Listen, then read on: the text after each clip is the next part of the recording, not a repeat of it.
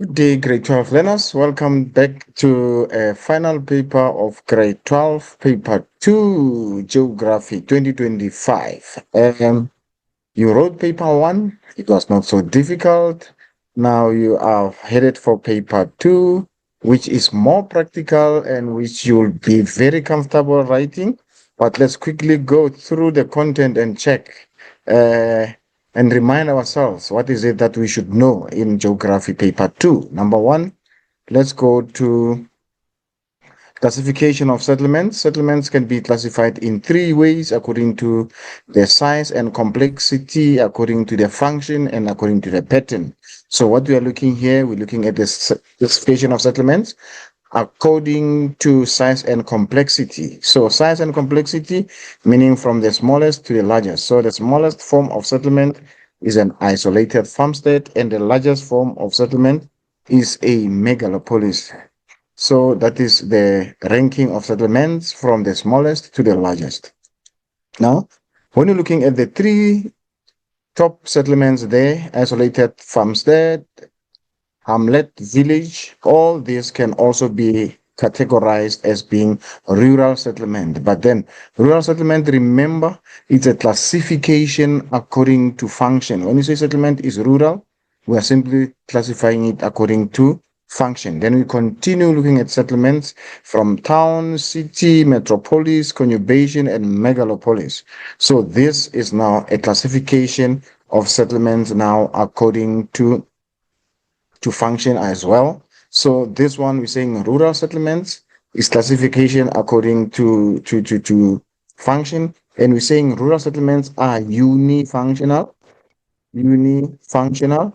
What do we mean unifunctional? It means one type of economic activity. It specializes with one type of economic activity. And when you say settlements are urban, it means now we're saying these settlements are multi. Multi means more than one. They are multifunctional. So what do we mean by multifunctional? There is more than one economic activity, and you know the economic activities that are happening in urban settlements will be your secondary, which is manufacturing. It will be your tertiary, and as well as quaternary. However, quaternary could also be practiced in any other place except for rural area, because this is your research, this is your laboratories. They can be located anywhere. However, you must know what is meant by multifunctional. Now, let's look at the factors that influence the site and situation of a settlement. We have number one, water. We have fertile soil, fuel, building materials, face of this or slope aspect where the sun is facing. So when you're looking at this will be the factors that influence the site and situation of a settlement. However, mentioning them alone is not enough to give you marks. You must be able to explain how did water influence, or what is the importance of the water in the existence of a particular settlement. So you must be able to explain the importance of these factors, or how did these factors influence the choice of site. Let's quickly continue with our settlement types. We said rural settlement and urban settlement. What do we mean by that? Rural settlement is a settlement which has single function, or which has one dominant economic activity. So they have rural settlements have dominance of primary activities, or they are dominating with primary activities. What are primary activities? It is the extraction of raw materials from the earth surface. And an example thereof is your farming, fishing, forestry, mining, and to a certain extent, hunting. Then you have your urban settlement, as I explained earlier, that they have more than one type of economic activity, which we are looking here is secondary, which is manufacturing, and tertiary, which is service provision. And then we quickly again look at urban hierarchies. So when we're saying urban hierarchies, we're simply looking at the ranking of settlements from the smallest to the largest. So Here we're looking at this different concepts. We're looking at, we said hierarchy refers to the ranking of urban areas according to the criteria of size and number of functions and the degree of specialization of the function. However, this becomes very complex. When you speak of hierarchy, it's easy. You just say it is the ranking of settlements from the smallest to the largest. Now, under this urban hierarchies, we have a central place town or a central place, which is central place town or central place city, which is a town that supplies urban functions to the surrounding uh, rural areas. So you have a town in the center and you have rural settlements around it, and they receive the services from this urban area. Then you have rural here, you have rural right round. So this is where now we're moving to the concept of threshold population. What is threshold population? It is the number of people a function must serve to be profitable, or this is a concept. Remember, you don't have to change the concept the way you understand it. If you say it's a minimum number of people required to make business profitable, however it was taught in class, it must have the same meaning. It doesn't have to have the same weights. And the sphere of influence, the area served by a central place or an area where business get customers from. However you explain it, so long as it's going to have the same meaning, then you have range of goods and services. So the range in this case does not mean a number of things. A range simply refers to the maximum distance that a customer is to travel or is willing to travel for goods and services.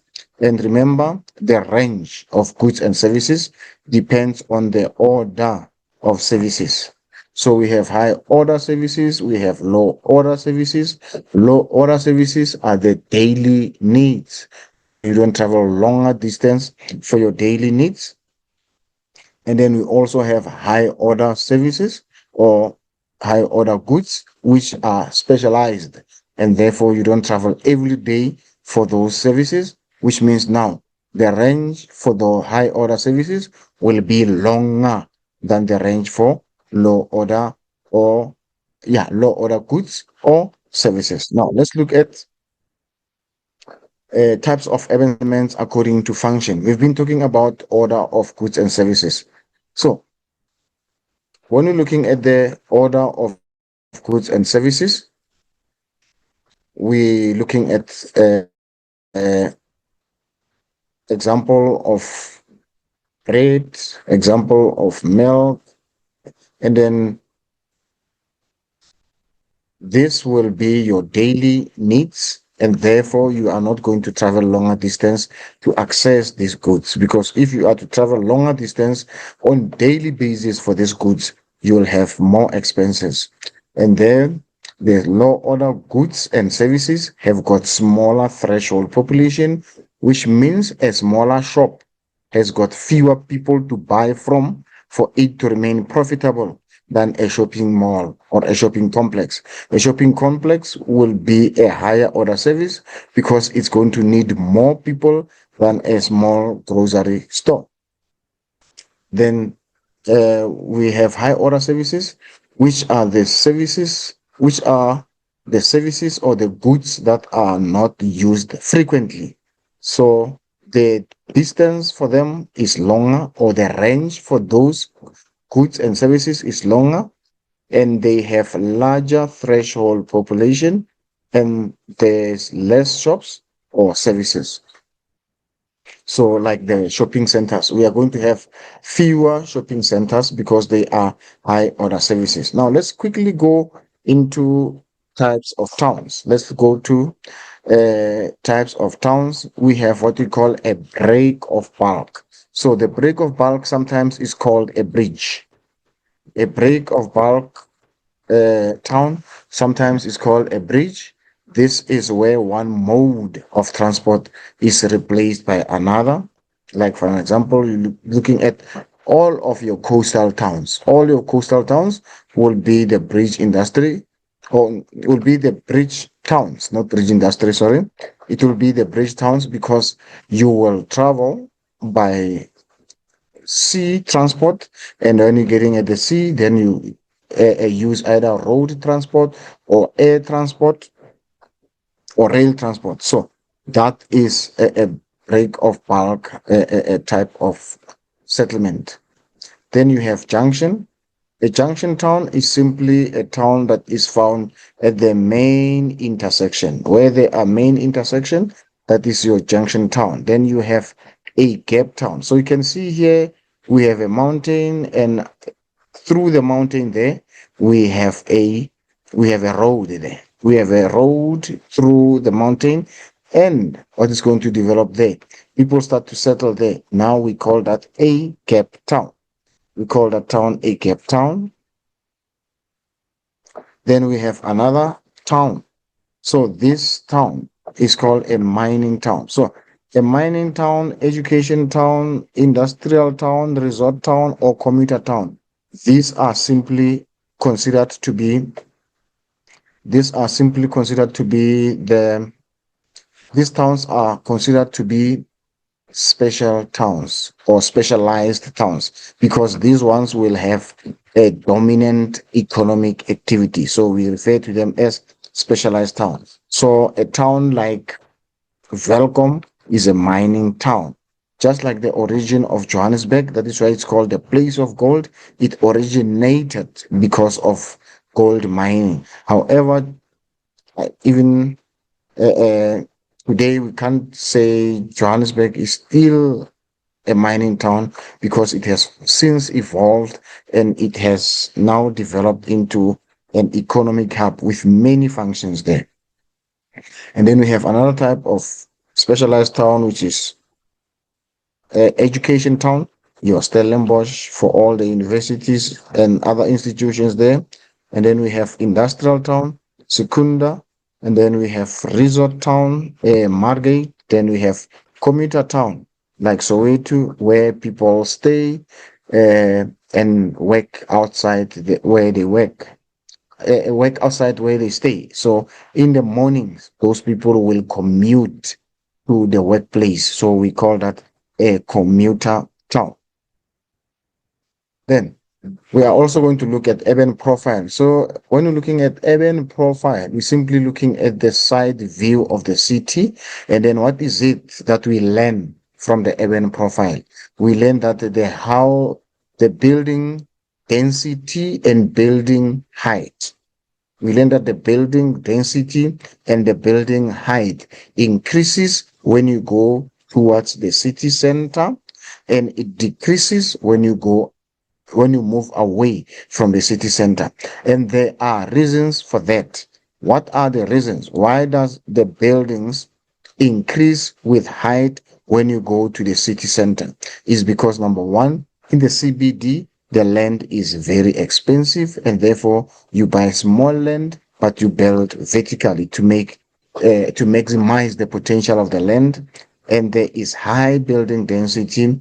The buildings are vertical and they are offices, and it's used mainly for commercial purposes. Then when you're moving away from the city center, you are going to find where the land is cheaper, and therefore the height of the buildings is going to decrease as well, because the buildings will not be tall, because you can buy large land and build many buildings instead of building one tall building. So the land is cheaper when you're moving away from the city center, and there is lower building density, which means there are fewer buildings there. And the buildings are more horizontal, of which most of those horizontal buildings will be some industries because the land is cheaper. And then you will also have residential areas. Then between your CBD and your industrial and residential, you'll also have what we call transitional zone. So the transitional zone, this is sometimes called the zone of decay. A zone of decay. What do you get in the zone of decay? You get high quality of land or high land value. The land value in the transitional zone is still very high, but the buildings are not taken care of because of what could have been people that abandon the buildings and other people taking the buildings or hijacking the buildings, therefore resulting in the area not being taken care of. However, the value here is still high. The value in the transition zone is still high. It's only the buildings that are not taken good care of. And then you'll have different types of residential areas. And then between the urban area and the rural area, between the rural area and the urban area, that is where you are going to get what we call rural urban fringe. Okay, let's quickly go to activities that are relating to the activity to the revision activities that we have done. Now let's look at the activities here. The question says refer to diagram A and B of the dispersed and nucleated rural settlement. So one of the patterns of settlement, it is what we call uh, nucleated and dispersed. So when you're looking at this one, you're looking at the settlements here. You're saying the settlements here are close to each other. So this is what you call nucleated. And you see the settlements here, they are very dispersed. They are very far from each other. And this is what we call, uh, this is what we call dispersed pattern. This is what we call dispersed pattern. Now let's quickly look at the questions that we have here. Again, what you should know is that you should know the advantages of staying in the settlement and the advantages of staying in the settlement as well. Advantages of dispersed and the advantages of a nucleated. And it is very important that your understanding must also be of, are the advantages social or are the advantages economic? So the questions here are very specific. They don't say give the advantages. It says what are the economic advantages or what are the social advantages or what are the economic disadvantages. So you must be able to categorize those advantages according to that, either according to either social or economic. Now let's look at what questions we have here. This is a short objective questions. It says here you must state whether the question relates to A or it relates to B. Now buildings are widely spaced, so here it simply refers to it simply refers to it simply refers to A. This is where houses are spaced. Sharing farming equipment tools. So these people are closer to each other. Because they are closer to each other, which means now they are able to share. So this one will be a B. Lack of, it lacks privacy. So these people are very close to each other and therefore there won't be privacy. So this will be a disadvantage. This will be a social disadvantage of being in nucleated pattern.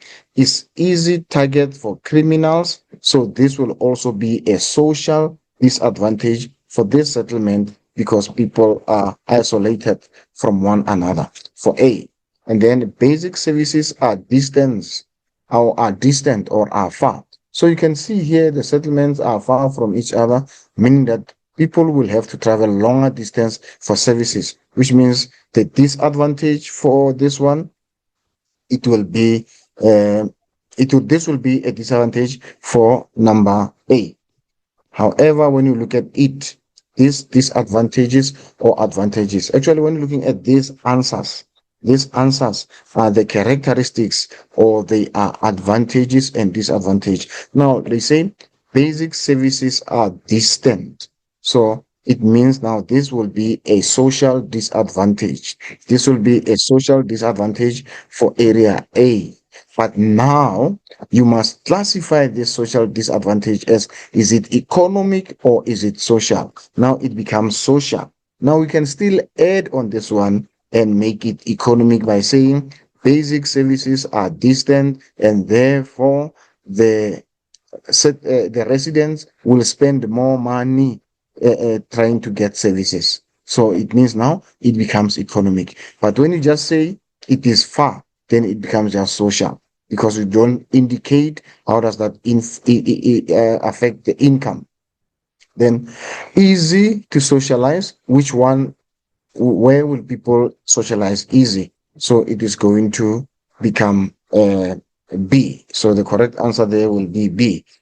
Then it becomes social. But you can easily uh, make, you can change this again to make it economic and say easy to socialize, and therefore they can make good decisions because they are socializing, and also improve on production and increase in money. So what I want to tell you is that all factors, all factors or advantages, not the advantages, all factors, characteristics, you can simply turn them to be economic by explaining your answer further.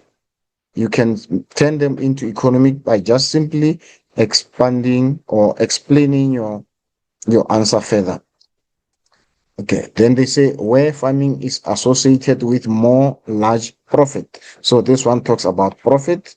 So it will be this one because one of the reason, one of the factors here is that the land is large. Because the land is large, and therefore there's going to be more production. So this one will be A, reduces the need for manual labor and the cost of production. So this one, because it's dispersed, they are not going to use manual labor because it is so dispersed, and the farming is large, and therefore it is going to become A.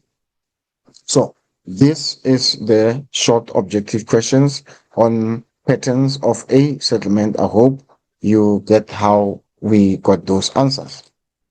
Now, let's continue and look at this other activity as well.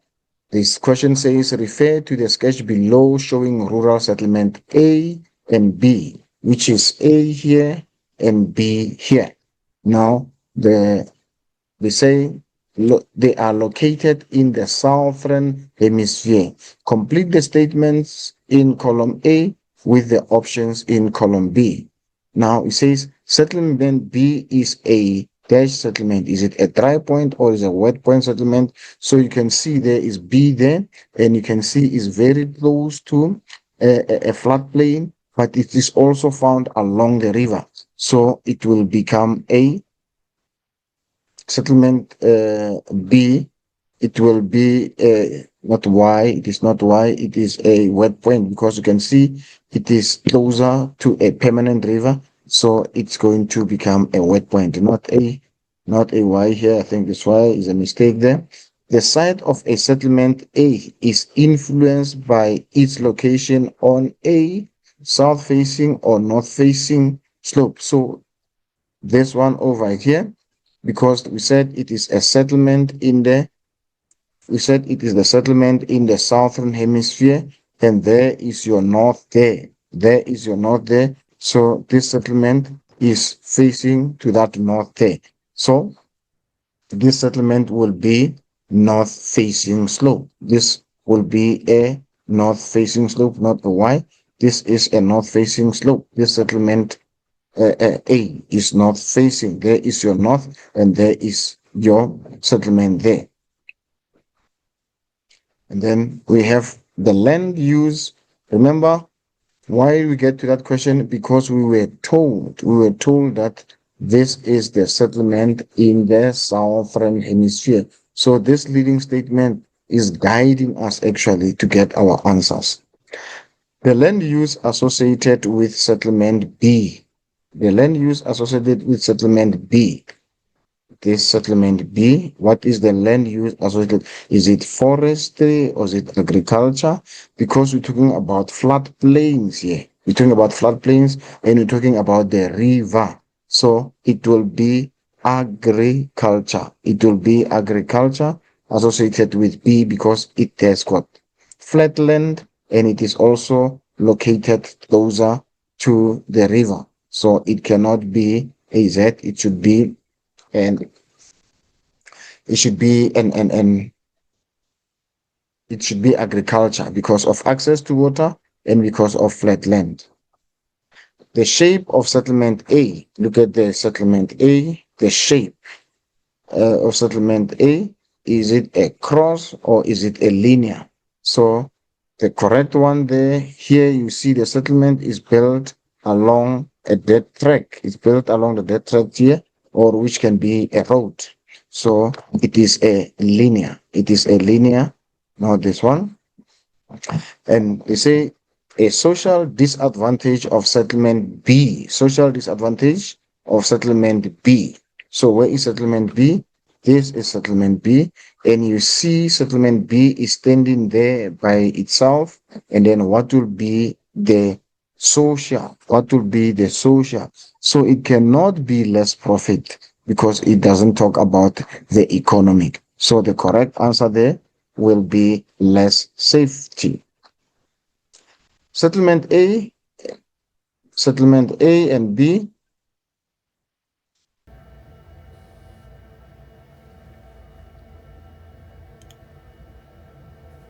Okay, let me quickly go back to settlement A and B. Okay, settlement A and B are they unifunctional or multifunctional? These settlements are rural settlements because you can see they are found closer to the source of water, which is river and flatland. So you can see it is a homestead. So they are unifunctional because these are rural settlements.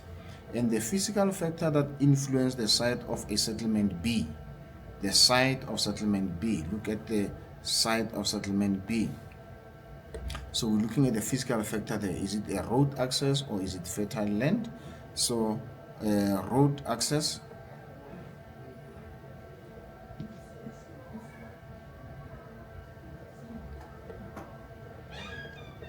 The physical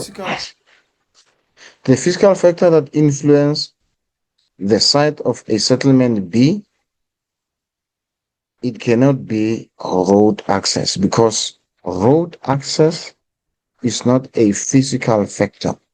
Remember, when you're speaking of physical factors, we're talking about natural factors. So the reason why the settlement is developed there, it will be because of fertile soil. Because you can see the settlement is on a flat plain where there is deposition of fertile soil. So the correct answer there, will be the correct answer there will be a fertile soil. Then nucleated pattern. Which settlement has got nucleated pattern? Is it settlement A or settlement B?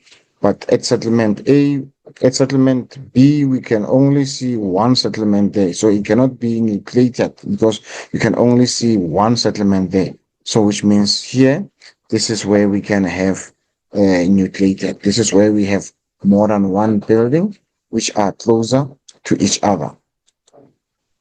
Let's continue with our short objective question. Choose one term or concept for each of the following descriptions provided. Write a term or concept next to the question number. All right. You choose one term that from the brackets that fit the description here. The question says a resort or specialized town that develops due to the occurrence of main physical resource. Is it a resort? It cannot be a resort. It will be a specialized town. It can be a specialized town because it occurs because of the main physical resource. Because of the main physical resource.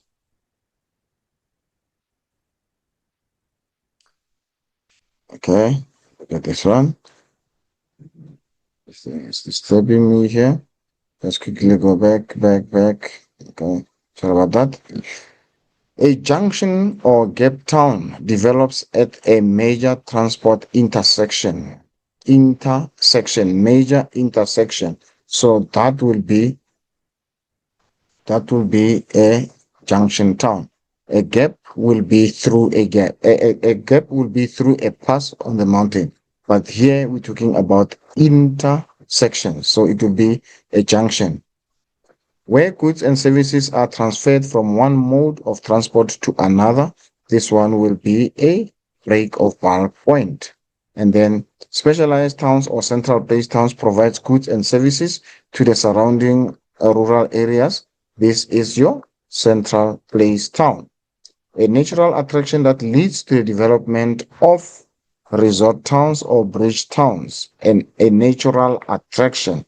So it cannot be a bridge town, because a bridge town will be where you have one mode of transport replacing another. So the correct one there will be your resort town. Worcester, or a central town or a gap town, is located in a mountain pass. Mountain pass there, it means now it should be a. Let's continue with this question. Let's look at this question. It says the diagram above, which is this diagram. The diagram above, which is the entire diagram, it says the diagram above illustrates an urban profile or an urban hierarchy. So we know profile is the side view of the city, where you're looking at the buildings increasing with height towards the center and decreasing away from the center. But this one is simply showing you the ranking of settlements from the smallest to the largest. So it's going to be an urban hierarchy. The question and the next question is, a conurbation or a city is a large urban area where several towns have joined together. So it will make this a conurbation.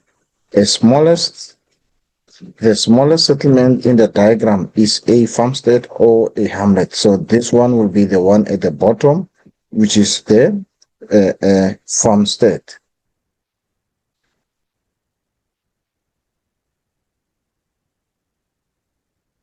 And then, so the correct answer there will be the farmstead. The town or a city has a larger sphere of influence.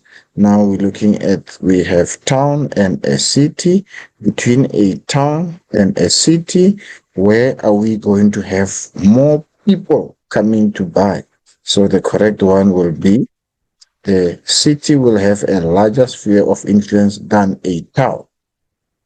The reason will be the city will have more high order services than a town. And then the city or a metropolis has more high order services. And remember, the availability of high order services is going to depend on the ranking of the settlements. The higher the settlement in ranking, the more high order services it will have.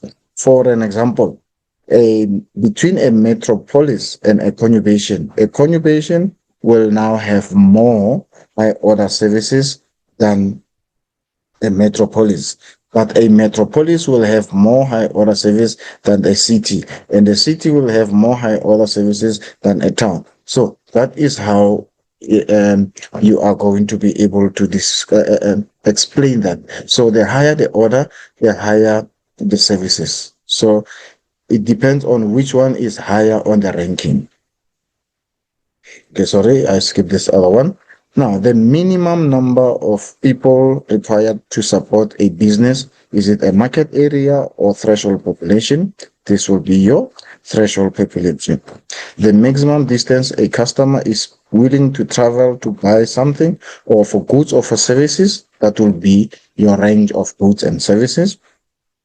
All buildings in a city that are not maintained and painted, decay sets in, and this is termed what? This is urban blight. So urban blight is simply occurs when the buildings are not taken care of. And then this it makes it important for us to have what we call urban renewal, where we improve the buildings in urban area. Okay, let's continue with our short question. The total area that is serviced by a central place, the central will be your D. It is a sphere of influence. A side view of a town or a city is H. It is an urban profile.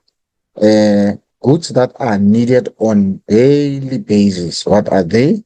They are low order goods. And what are the characteristics? They are cheaper and the range is shorter. Minimum number of customers needed for a service to make profit. This is G, which is the threshold population. Describe the ranking of urban areas according to their size and functions. It is B, which is urban hierarchy. We have looked at this question so many times. External appearance of an urban settlement from form and structure. It's C, which is urban morphology. We're looking at the street patterns. Those are your urban morphology. Uncontrolled expansion of a city is a. So I believe now you have seen many of these concepts, and you'll be able to apply the number of concepts in your examination question. Should you get any of them, I believe you'll get a total mark. Now, let's go to other short questions. A central place town services the surrounding rural area, which is number C. Now, A is classified as a low order goods, and A is the bread. So, it is A is classified as a low order good compared to B because number one, it is a low order price. It is a luxury item and not needed. This one is not correct. Has a low order price and consumed regularly, is non-perishable and not consumable, has a higher price and is. So the correct answer here will be it has a lower price and is consumed regularly. So the correct answer here will be a B.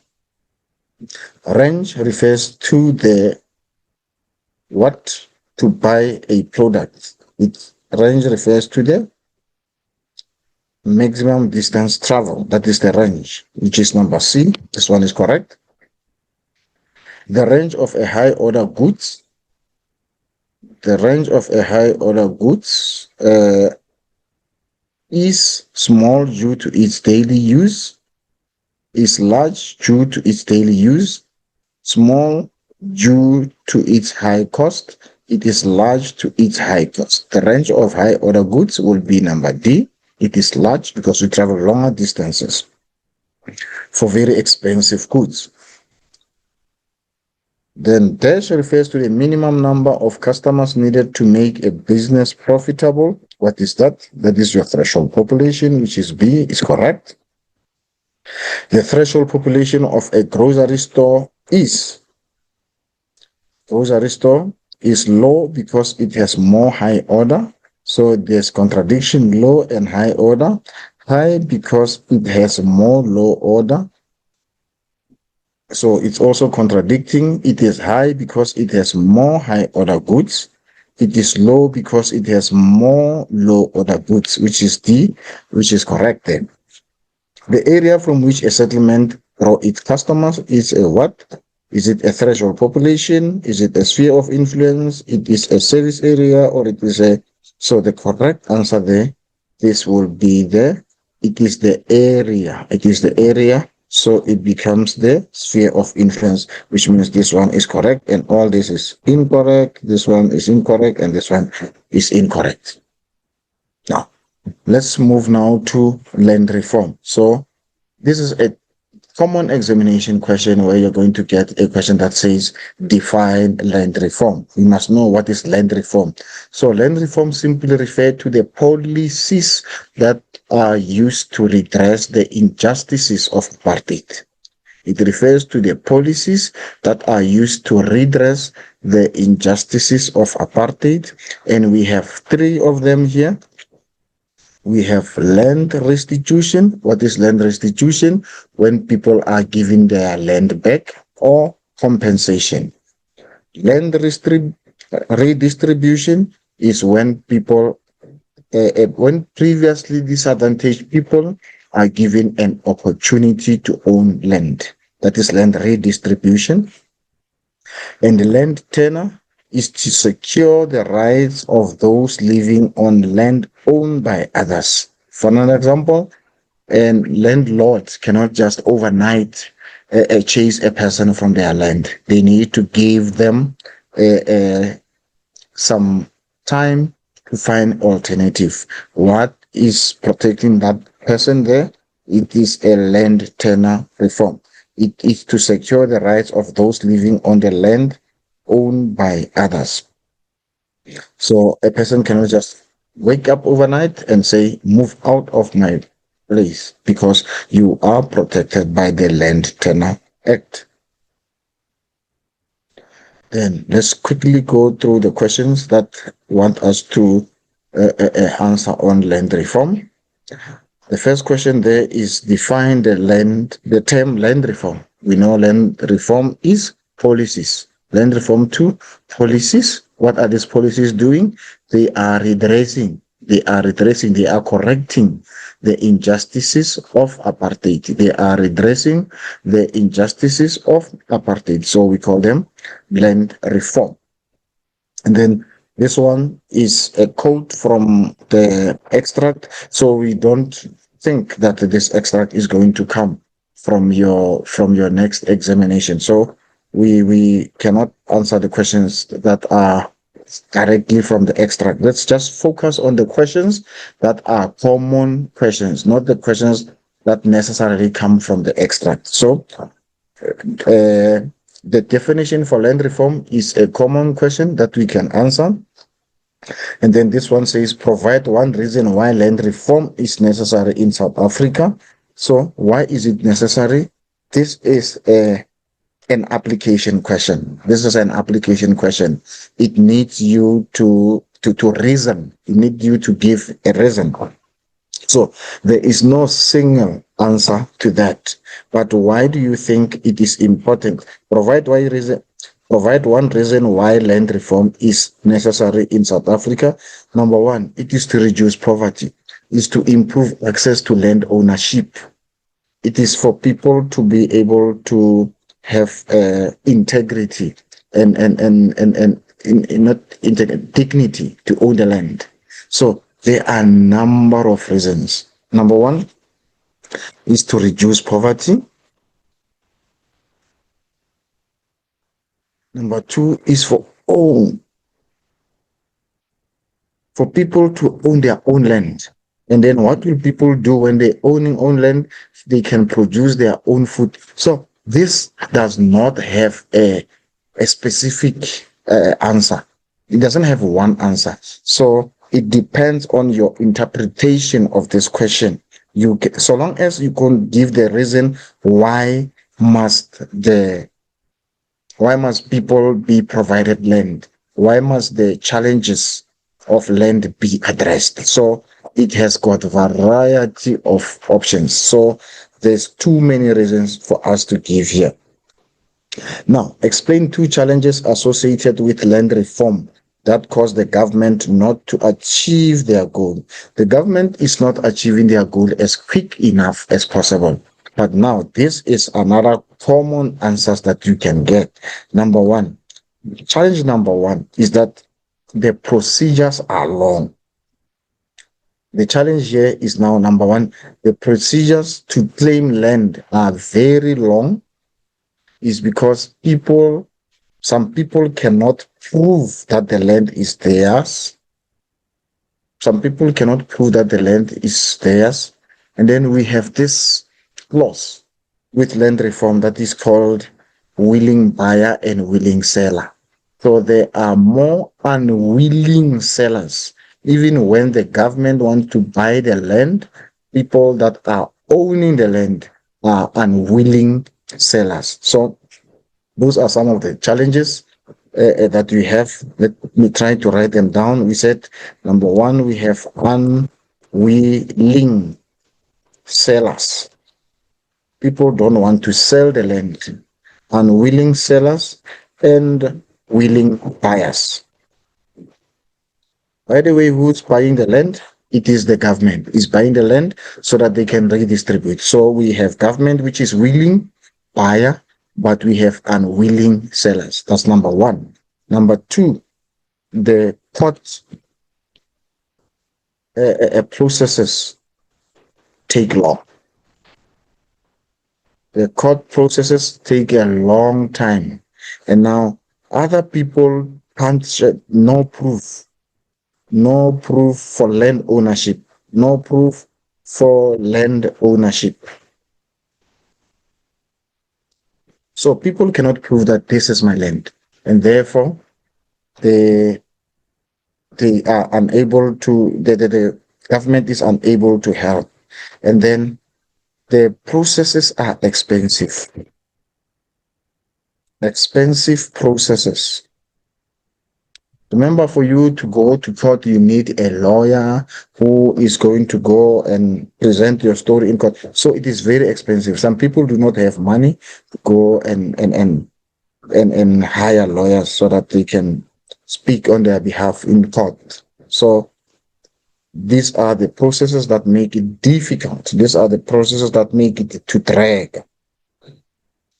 And then explain two methods that the government can put in place to assist the people that have been relocated due to land reform, which have been relocated. Now, if a person is now given a land to work on, if a person is given a land to work on, how can the government assist them?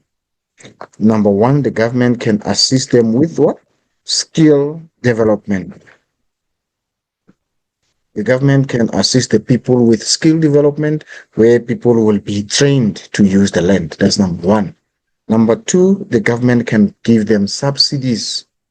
The subsidies that they can use in order to buy machinery or fertilizers or whatever they need for a particular land. So they can give them skills.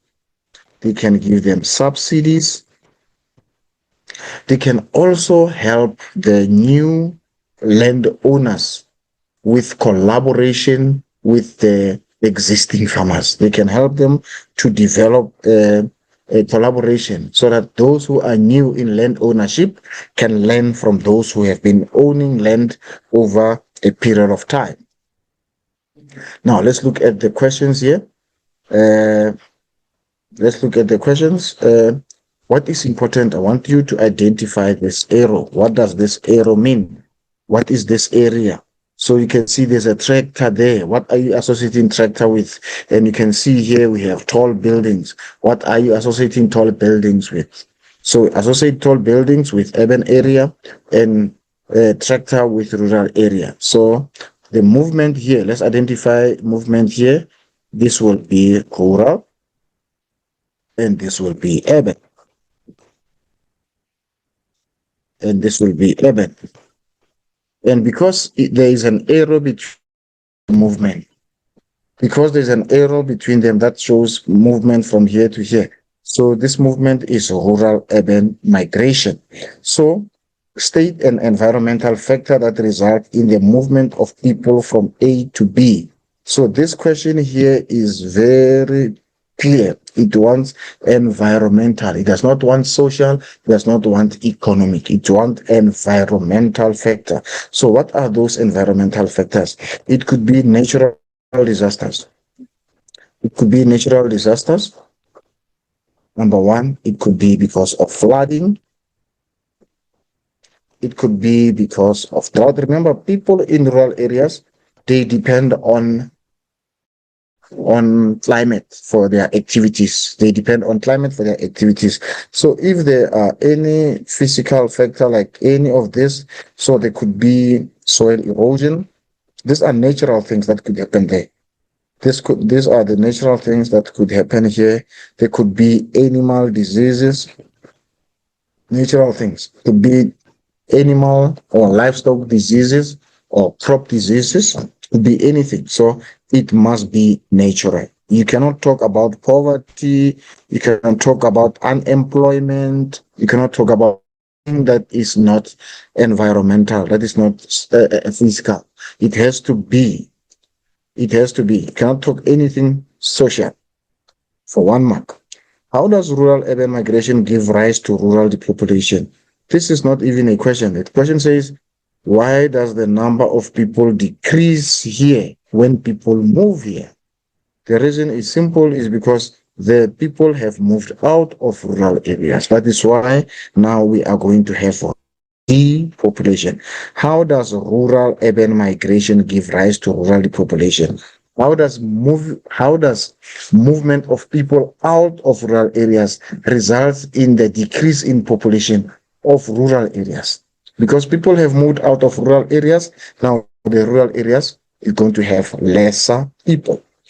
So that will be the answer to that question. What is the negative economic impact? Now, it is very important that every time when you answer the questions, you must always underline the key words here.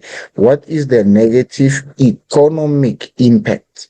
So here it must be economic. It cannot be social, it cannot be environmental. So it must be economic. What is the negative economic impact of rural urban migration on settlement A? Settlement A is rural area. So how will the rural areas be affected economically when people move out? Number one, what do you think is going to happen? Number one, financially, how is rural areas going to be affected? So there's going to be less production. There's going to be less production and less income. So there's going to be less production. People that could produce have left, so there's less production, which leads to less income. Now, again, is there going to be more investment when people are moving out? No. So it's going to result in less investment, which means now the rural areas are going to become less profitable. And again, we can also talk about the government. The government is giving its a budget according to, it's making its budget according to where the people are. So because there will be fewer people, there's going to be less money for people that are left in rural areas. So the municipalities in rural areas will not be able to do their services because there are fewer people and their allocation is going to be lesser. So that's one of the reasons that will happen. And then again, what's going to happen? There's going to be unemployment. It's going to result in unemployment in rural areas. So the cycle of rural decay continues. Remember, the question here says the economic impact of rural urban migration on settlement A. So if the people are going to be, if they now on what are we looking at here? We're looking at what is the negative economic impact of rural urban migration on settlement A. So if the people move out, the businesses are closing, then we're going to have unemployment. We're going to have unemployment. Therefore, with unemployment, it means now there is less income. Less income. So what happens here? There is less buying power. Less buying power because of unemployment. Because of unemployment, and then again, because of less buying power, the cycle of rural decay continues. The shops close down because of no customers. The shops are going to close down. And then when shops close down, what happens? There is no profit. So it is the same cycle that's going to continue over and over. Now let's look at the next question. It says, in a paragraph of approximately 8 lines, why rural migrants experience difficulty in finding employment in area B?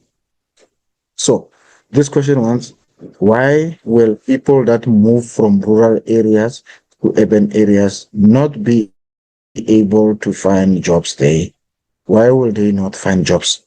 Number one, now you must be careful. This question has got 2 parts. It says, explain why rural migrants experience difficulty in finding employment in urban areas. Why rural migrants find difficulty in finding jobs in urban areas. And the impact, therefore, on their quality of life. So, number one, what do? You're going to look at why they find it difficult to find jobs. Then, number two, how will that impact on the quality of their lives? Number one, we said rural areas because of lack of skills. Number one, because they lack skills. And now, because they lack skills, they will not get jobs. Now, how will this now impact on the quality of life? Because they did not get jobs, number one, they can't afford. They can't afford basic needs. They can't afford basic needs. So that they can't afford basic needs. Number one, we have to say, explain why rural migrants experience difficulty in finding jobs. Number one, lack of skills. And then how does that impact on them? They can't afford basic needs. Number two, why can't they find job? Number one, you're talking about skills. Now they do not have no qualifications. No qualifications. Remember, this is one of the the push factors. One of the push factors was that in rural areas the quality of education is low. So which means people will not have qualification. Now, if they do not have qualifications, the reason is they do not have qualification. That is why they are not going to get jobs. And now, how will that affect them? They can't afford food. Okay, let's say they can't buy houses. They can't buy houses. That's the reason. Number three, now we said why. Now, some of them can't read and write. Can't read and write. So can't read and write, in short, is that they are illiterate. And because they can't find jobs, remember the question wants you to give the reason why they can't find jobs, and then how is not finding job going to impact them. Now, they are going to result in development of informal settlements. Because they cannot buy houses. But they need a place to stay, so they end up building own houses. Now, another reason why they cannot find jobs is maybe they don't have money. No money to go search for job. They have no money to go and search for job. Now, how is this going to impact on the quality of their lives? Okay, they might resort to social ills.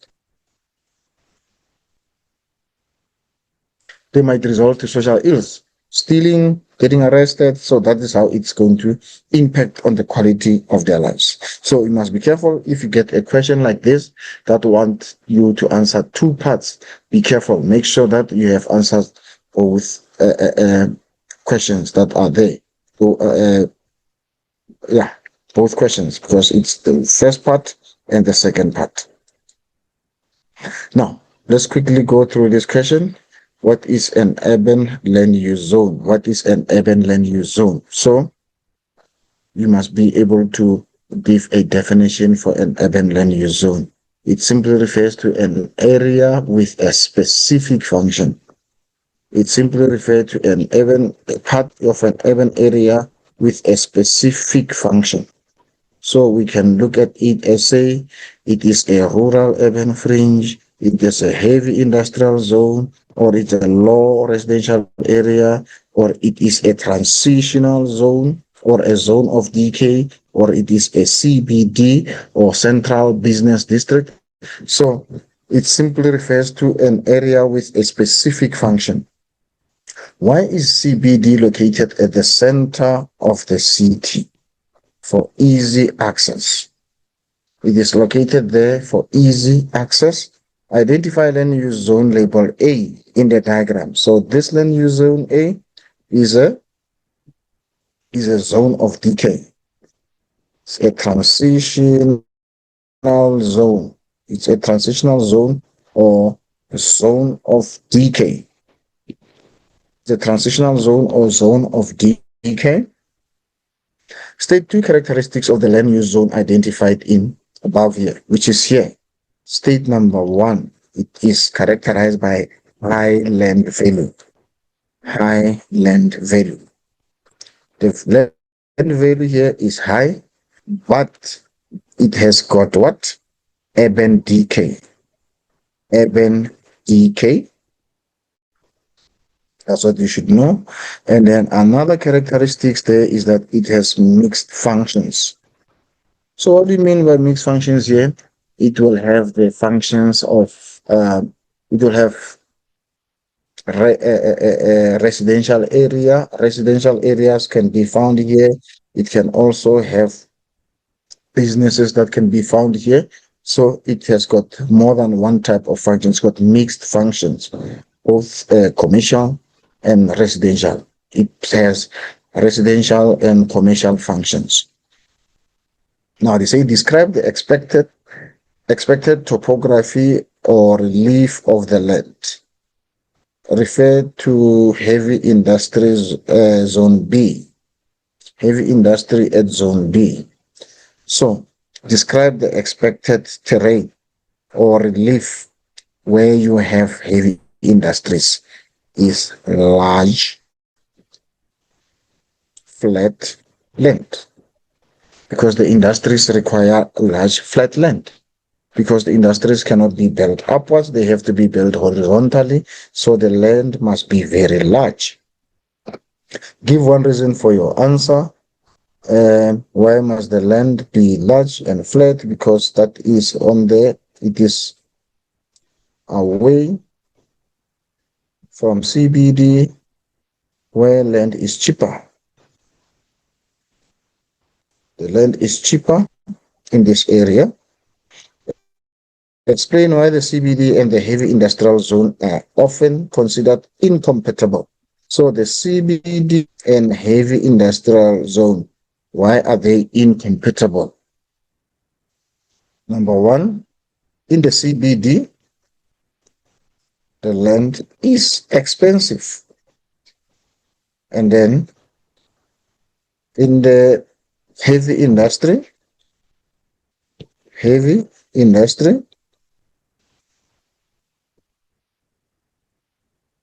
the land is cheap. The land is cheaper.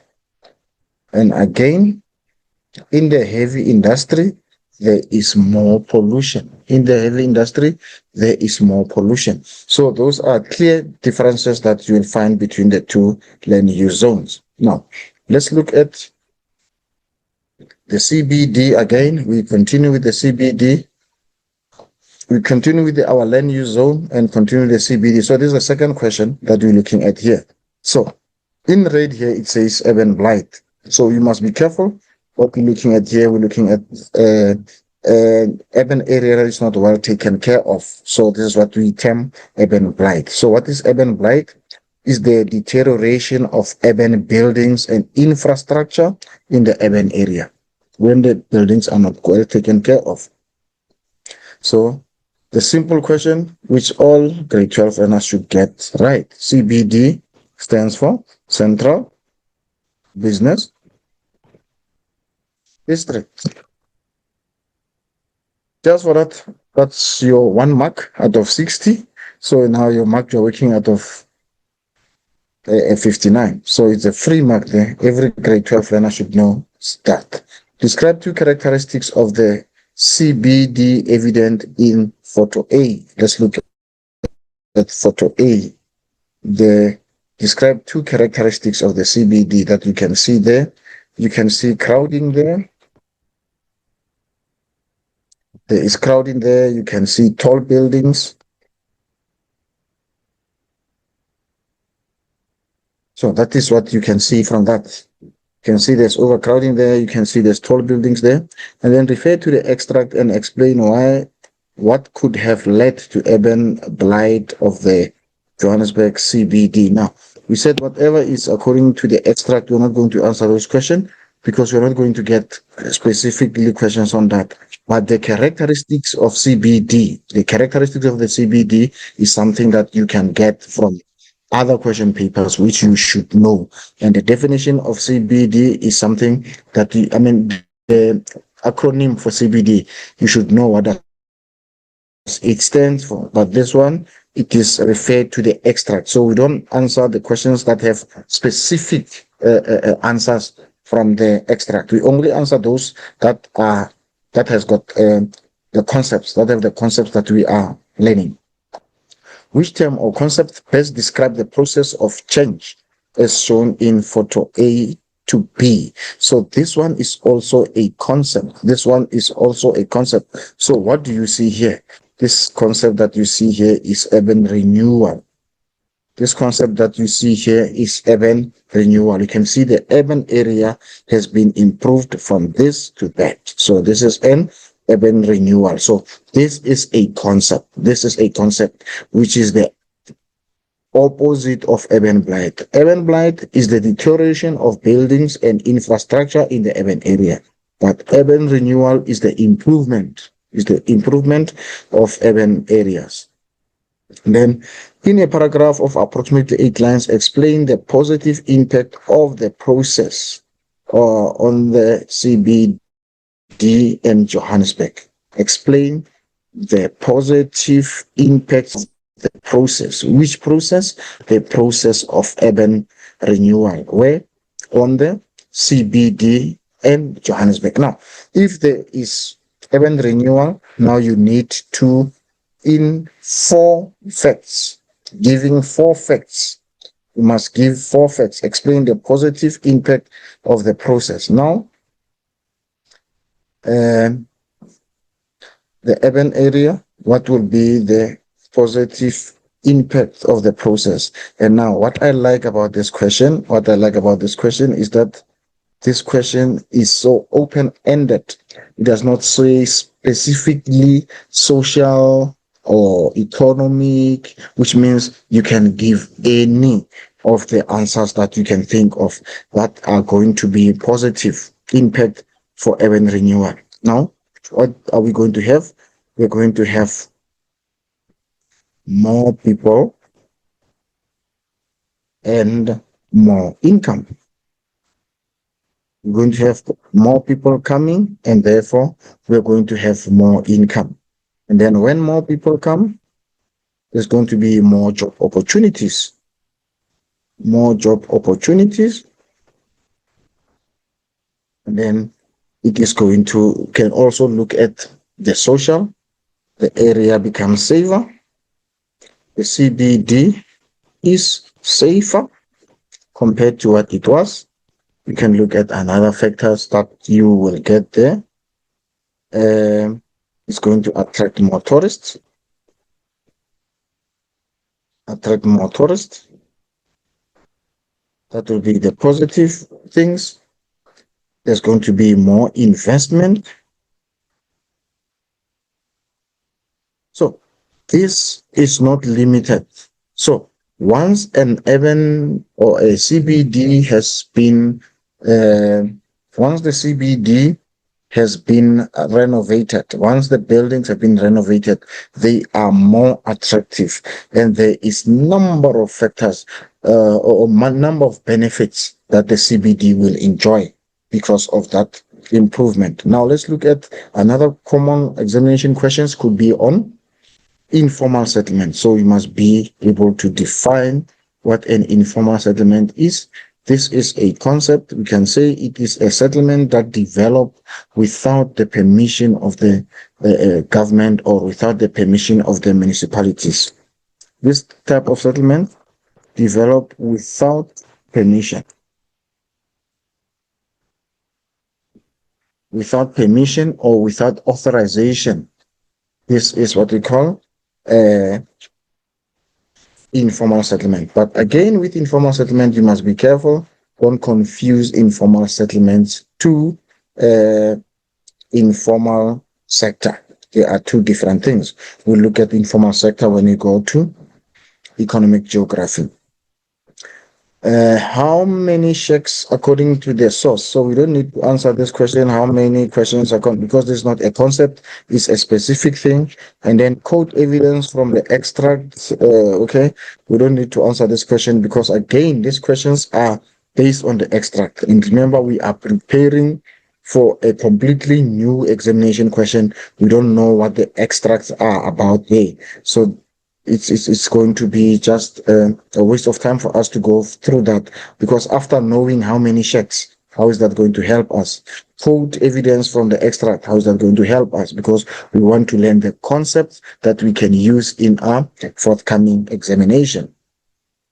Now, explain why informal settlements are vulnerable to storms. Now, this is a concept. This is a concept which we need to know because this question has come in the previous examinations. Explain why informal settlements are vulnerable to storms and fires in the Western Cape. Number one, it will be because of the material that are used. It will be because of the material that are used. It's because number one of the weak material used. It will be again because of the weak material used. That is why they are vulnerable to storms. So if there is a storm or there is wind blowing or it's raining, so these material are easily destroyed and people are affected. So because of the weak material that is used, and again against fires. Why are they vulnerable to fires? Because they are mutated because they are built closer to each other. They are built closer to each other, and again, flammable material. Flammable material. So the reason why they are vulnerable to fires is because of their proximity to each other. They are built very close to each other. Number two is because they are highly flammable. The material used is highly flammable. And again, the material that is used is very weak. So the the settlements there, they easily leak in terms of water going through, and the wind can easily blow the buildings away because of that.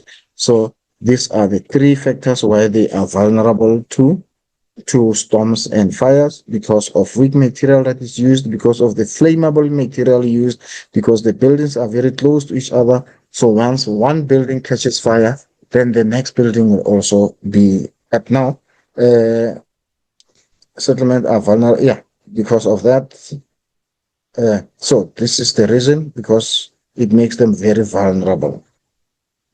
And again, because they don't have roads and therefore it's not easy for emergency services to go and assist them. So that's what makes them so vulnerable to storms and fires. Suggest a measure that the government of the Western Cape could implement to assist households in informal settlements. So it is not only in Western Cape, everywhere where we have informal settlement. What can the government do in order to assist households in informal settlements? In informal settlements, maybe they can provide material, provide stronger building material that will not be blown by water, that is not going to have rainfall leaking into their houses. And then number one, they can provide services, provide basic services.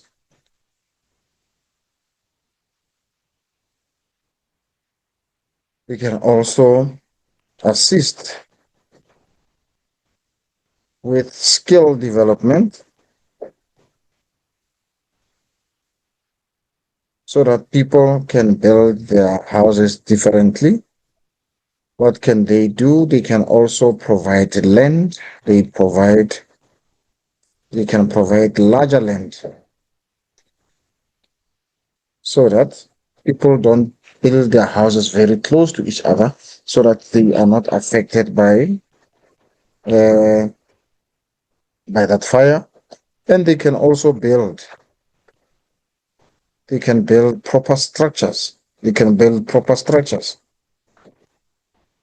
Apart from giving people some land and material, they can also build proper structures for those people. So that is how the people can be assisted that are living in informal settlement. Now, what we have here is what we call models. Models. So these questions on models could come in short questions, they could come in long questions. So what you need to know is that we have models, and these models, what the models represent. What do these models represent? These models simply represent. Remember, when you're speaking of a model, you're saying it's a simplified representation of reality. A model is a simplified representation of reality. So, what do models represent?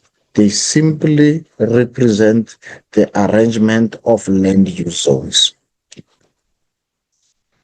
The model simply show the arrangement of land use zones. So, according to multiple nuclei, what do we learn from that? We learn that cities have got different center, have got more than one focal point. They've got more than one focal point. And then we have this other model that we call the South African apartheid city. So this model is simply influenced by apartheid spatial planning and group acts, where people were placed according to different races. So this is the long and short of this South African apartheid city. And then we have this one. Other model is called a sector model. So what does the sector model show? The sector model simply show that all of the land use zones are constructed. They are constructed in sectors.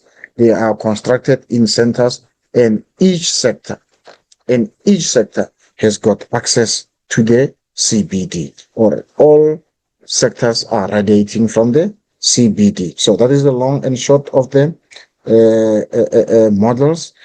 Most model questions there you will get the short questions, or it could be source based, just like all these other long questions that we looked at. So they will be source based, which means you will read from the extract and answer the questions there. Now, let's look at the internal structure of the settlements as we spoke about earlier. Now, this is what are we looking at here? This is what we call urban morphology. So this is the internal structure of the settlement. So what are we looking at here? We're looking at street patterns. Street patterns. We have two types of street patterns that we're looking at on this diagram, on this map. We're looking at the grid iron pattern, and we're looking at an irregular pattern. So this is the grid iron pattern. What you need to know about the grid iron pattern, you need to know the advantages and the disadvantages, as well as the irregular pattern. You need to know the advantages. Now, let's look at the characteristics of the grid pattern. This grid pattern. So it's on a gentle slopes. It is on a gentle slopes. How do you tell the slopes are gentle? You can see with the contour lines that are far from each other. This is usually the older part of the city. This is usually the older part of the city. How do you tell it's the older part of the city? You can see there. We have monuments there. We have monuments there. So this will be the older part of the city. Those are the characteristics. And then you must know the advantages, and you must also know the disadvantages. So what will be the advantages of this grid iron pattern? So it is easy to lay out. It is easy to build. It is easy to build the green iron pattern because it is found on a flat land. And then it is also easy for you to find your way. It is easy for you to find your way. But what will be the disadvantages? What will be the disadvantages of this pattern?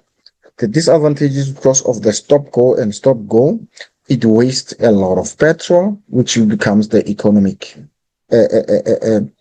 disadvantage. And again, because of stop and go, there are high chances of accidents. high chances of accidents, and then it results in traffic congestion. It results in traffic congestion. And then now let's look at irregular pattern. Irregular pattern, what are the characteristics? It is usually found on a steeper slopes and the latest developments. It is found on the steeper slopes and the latest developments. And then what will be the characteristics there? The irregular patterns are interesting. They are not monotonous. And because there aren't so many intersections, it allows for traffic flow. And as it allows for traffic flow, it also saves traveling time. It saves traveling time. And again, it also, because there aren't many intersections, there are few chances of accidents. And it is interesting to drive on. It is interesting to drive on. It is not as monotonous. It's not as boring as the red iron pattern. So this is the application questions that you could get from your examination question. Now let's go to our economic geography quickly, which is question 2. Economic sectors. We have 4 economic sectors. Number 1, it is primary sector, which is the extraction of raw material from nature. Example is farming, fishing, forestry, mining, and hunting. And then we have another sector which we call secondary sector, which is adding value to raw material, or it is simply manufacturing or building. So this is your secondary sector. And we have tertiary sector, which is provision of services. Example, distribution, selling, education, medical services, and so many. And then we have quaternary. Quaternary simply refers to specialized services which are rendered by professionals, or we can call it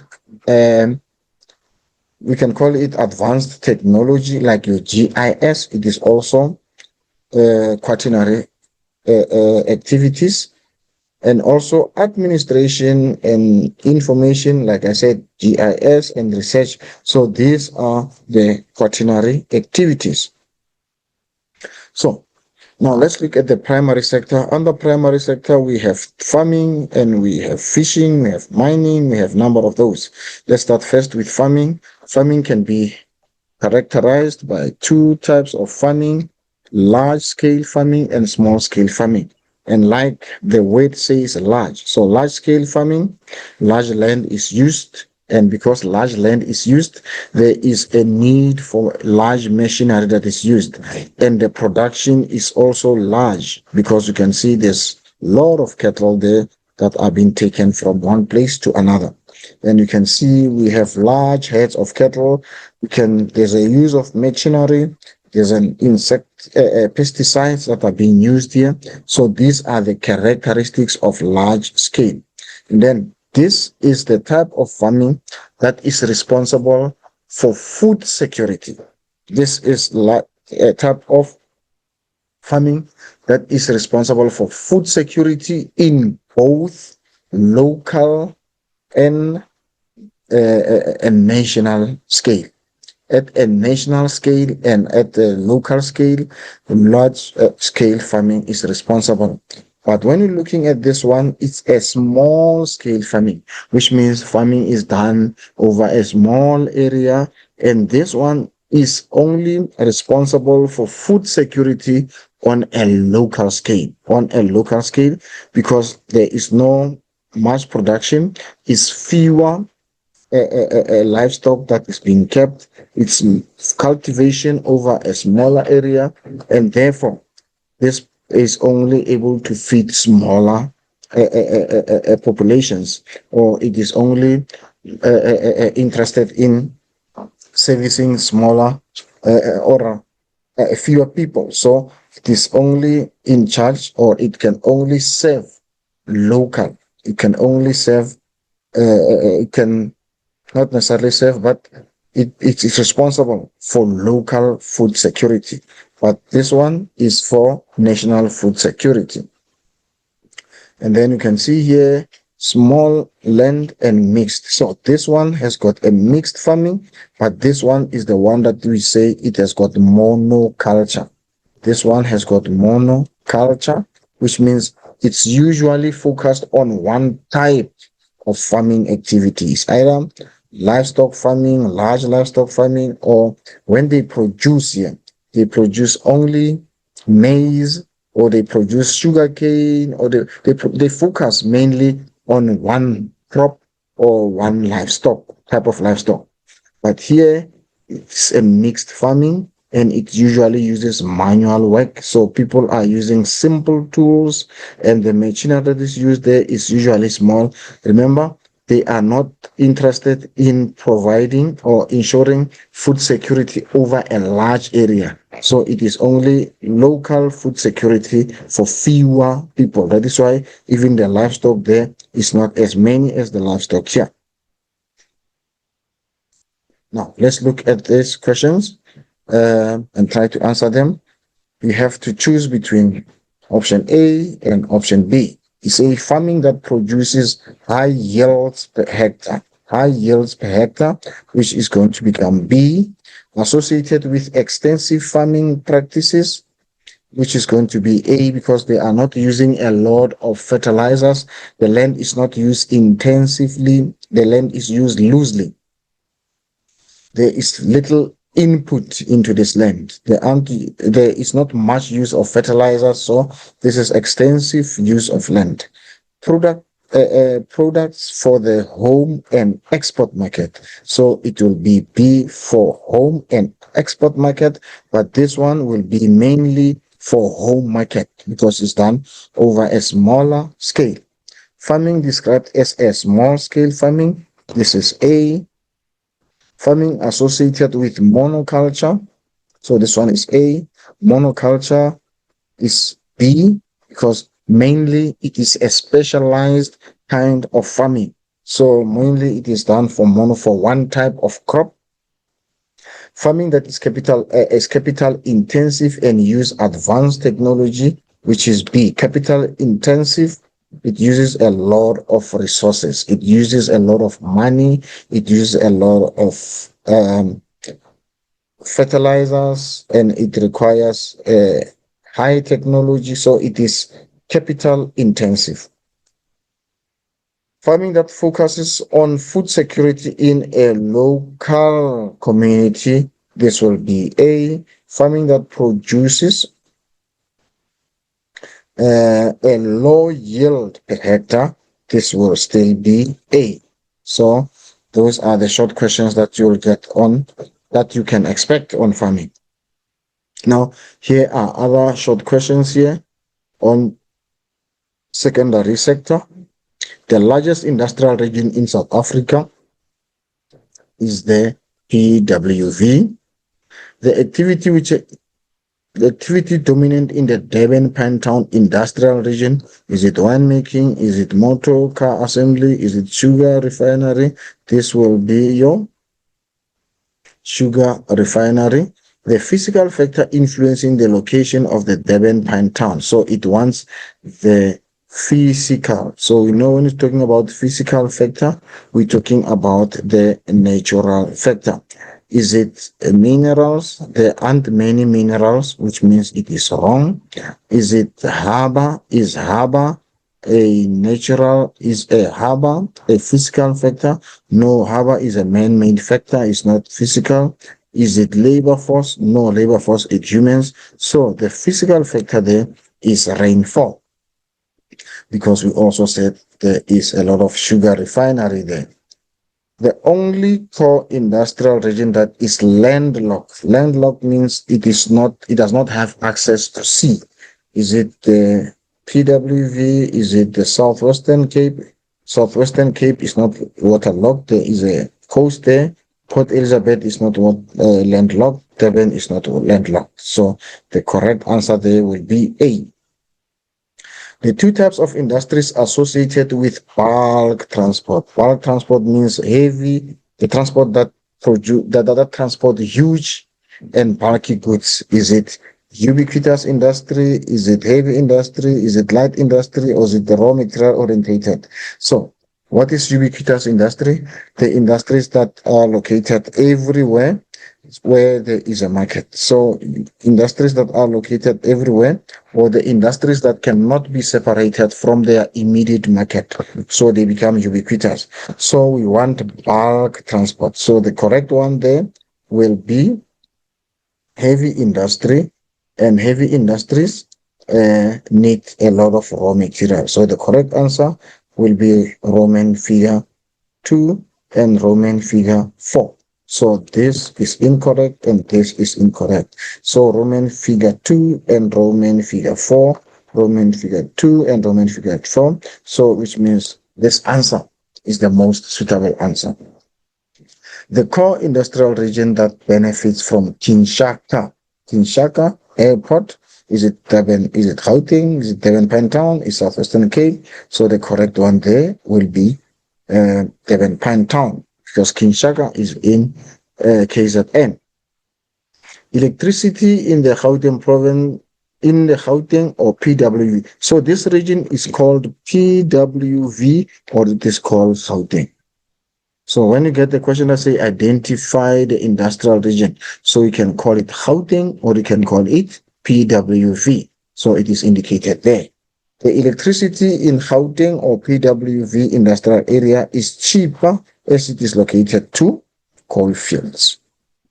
It's not located to iron ore, because iron ore is not used to make there is iron ore, but iron ore has nothing to do with electricity, because we don't use iron ore for electricity. And unfortunately, there is no international harbor in PWV, and raw material has nothing to do with electricity. What is important with generation of electricity is the coal fields. So this one becomes the correct one. This one incorrect, this one incorrect, this one incorrect. The hindering environmental factor for industrial development in South Africa. Environmental. So here it must be environmental. So is it labor strikes? Labor is not environmental. Is it load shedding? Load shedding is not environmental. Is it high transport cost? It is not environmental. So the only environmental factor there is pollution, which is the correct answer. Now, choose the correct weights given in brackets. Write only the weight next to the question in answer book. Now, here, which industry, light industry or heavy industry, cover large area and tend to cause more air pollution? Large area is heavy industry. A power station is an example of a market or raw material. Power station is a power station. There is no market there. So it is a raw material orientated. The location of footloose or ubiquitous industry is not determined by the location factors such as raw material, transport, and market. So the correct one there is footloose. Remember, ubiquitous industries are industries that could be located anywhere, but they cannot be separated from their immediate market.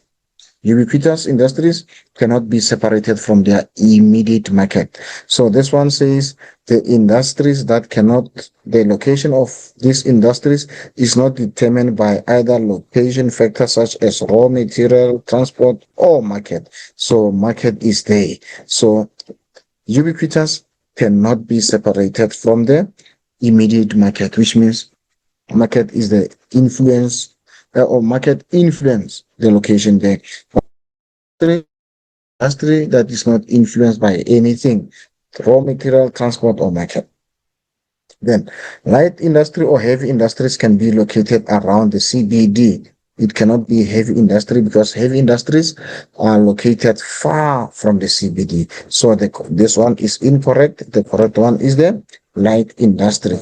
Market or raw material orientated industries generally produce low order and perishable goods. So it will be the market orientated industries which are located closer to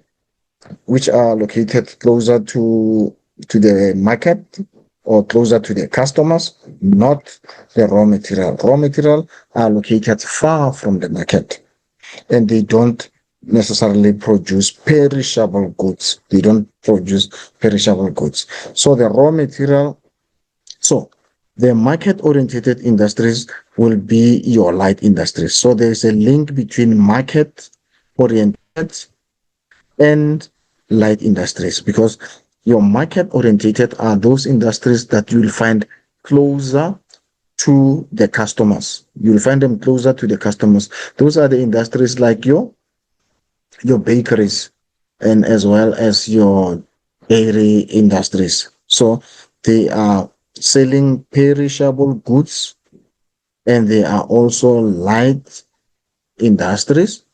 And you can also look at them as being ubiquitous because they are market orientated. Market orientated means they cannot be separated from their immediate market like your ubiquitous industries. So there will be a lot of similarities between these industries. So you will see that one industry could have characteristics of more than one.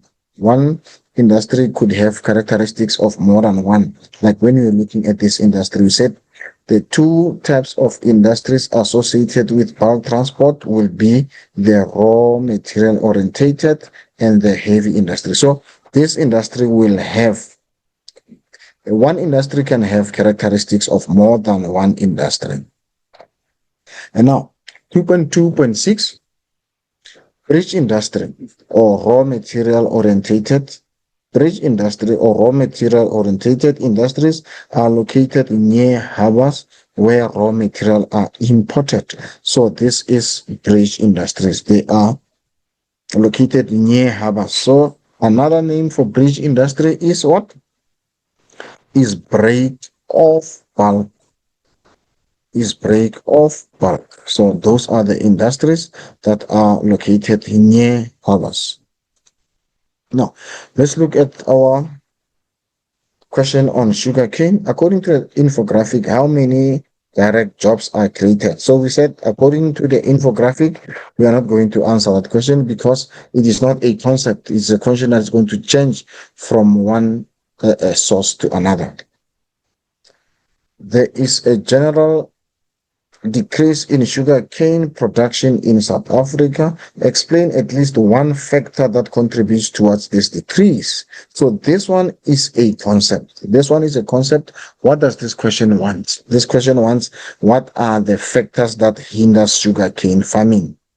There is a general decrease in sugarcane production in South Africa. So, and again, what I like about this question, what I like about this question is that this question is not specific to any factor in particular, be it's environmental, social, or economic. You just want to explain at least one factor that contributes towards this decrease. Number one, we can look at the social factor. We can say there is labor unrest. You can say there is labor unrest. You can say climate change. You can say shortage of rainfall. So on this one, you can give number of factors that will affect, that will result in the. You can also talk about different factors such as availability of flat land or fertile soil. So here you can give a range. You can give factors that will hinder farming.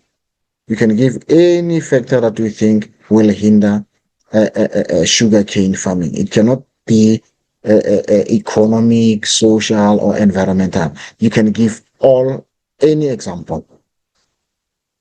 Discuss why the two provinces mentioned in the infographic are favorable. So this was the factors hindering. So if you studied factors hindering sugarcane farming, you'll be able to answer this question.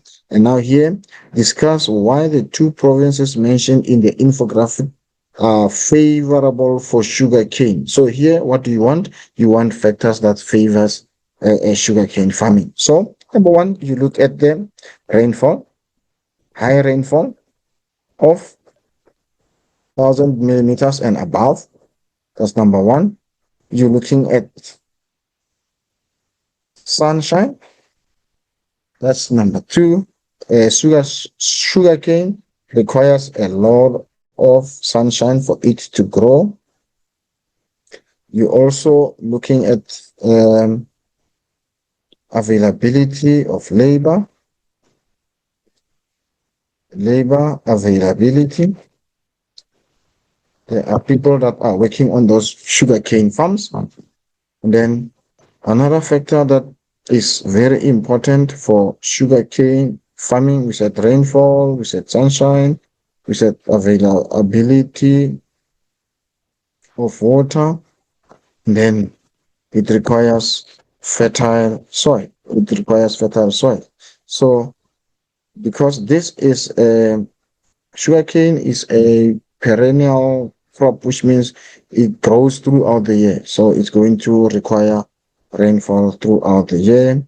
And then also it requires a lot of water. It requires a lot of water. So this will be the factors that will favor sugarcane farming. So this one is a concept. It requires factors favoring. This one is also a concept. It requires factors that are hindering sugarcane farming. Now, another question is, in a paragraph of approximately 8 lines, explain the importance of sugarcane production to the South African economy. The importance of sugarcane farming to the South African economy. So, what are the importance of sugarcane farming in South African economy? Number one, what do we think of sugarcane farming? Does it create jobs? Yes, it creates jobs. Yeah. Number two, does it provide for GDP? Yes, it boosts GDP. Also, you can say it also boosts it it boosts the local economies. It boosts the local economies. So when you say it boosts local economies and when you say it boosts GDP, you cannot say GDP when you're talking about local economies. You talk about GDP when you're talking about the country. So it does create that. What will be the other economic importance of sugar cane?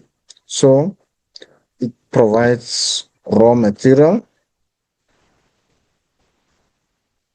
for exports, raw material for export, and because raw material for export, now what do we gain? We gain foreign earning. We gain foreign earning as a country. So foreign earnings. So this will be your economic importance of sugarcane farming in South Africa. Now let's look at this important concept as well. It's called food security. Food insecurity. So you need to be able to define the concept food insecurity. What is food insecurity? So every time when you study food insecurity or food security, we must study it with each other. You must study food security with food insecurity and food insecurity with food security. So what is food security? When there is availability of nutritious food. Food security. Security is when there is availability of nutritious food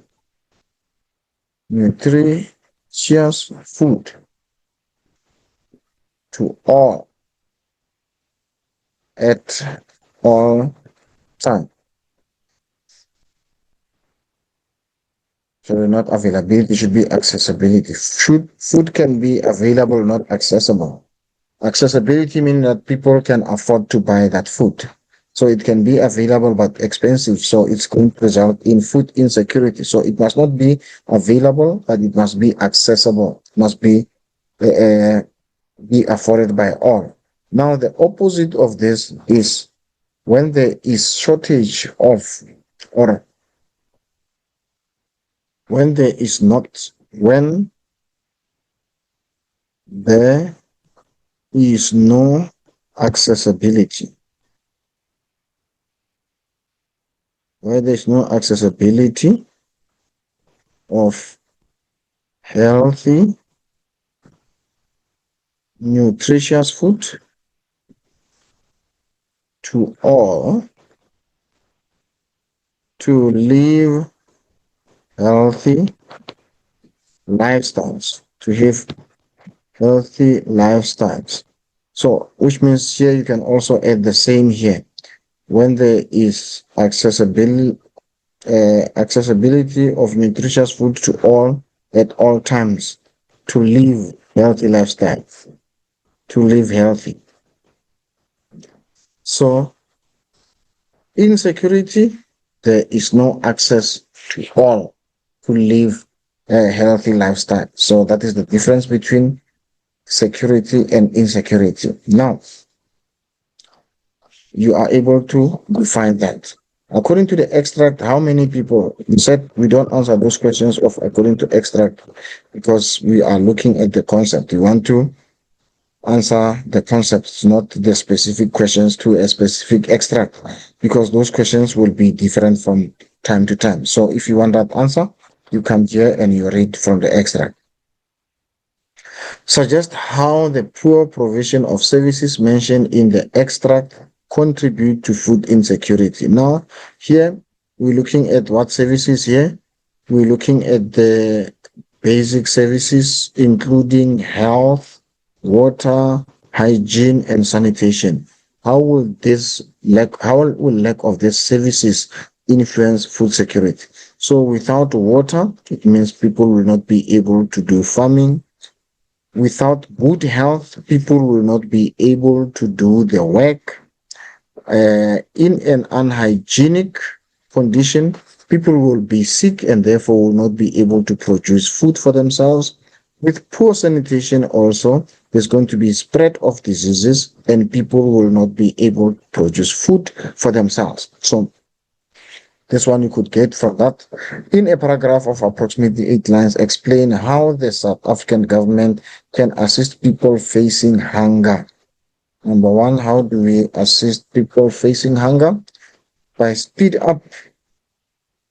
You can speed up um, land reform. The government can speed up land reform. So if the government speed up land reform, ensure that people have access to land. When people have access to land, people will be able to produce their own food.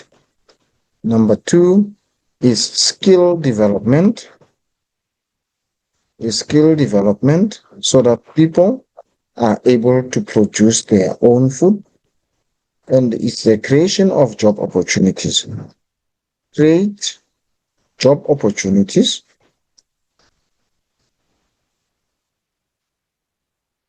Create job opportunities so that people are able to work and earn living and therefore buy their own food.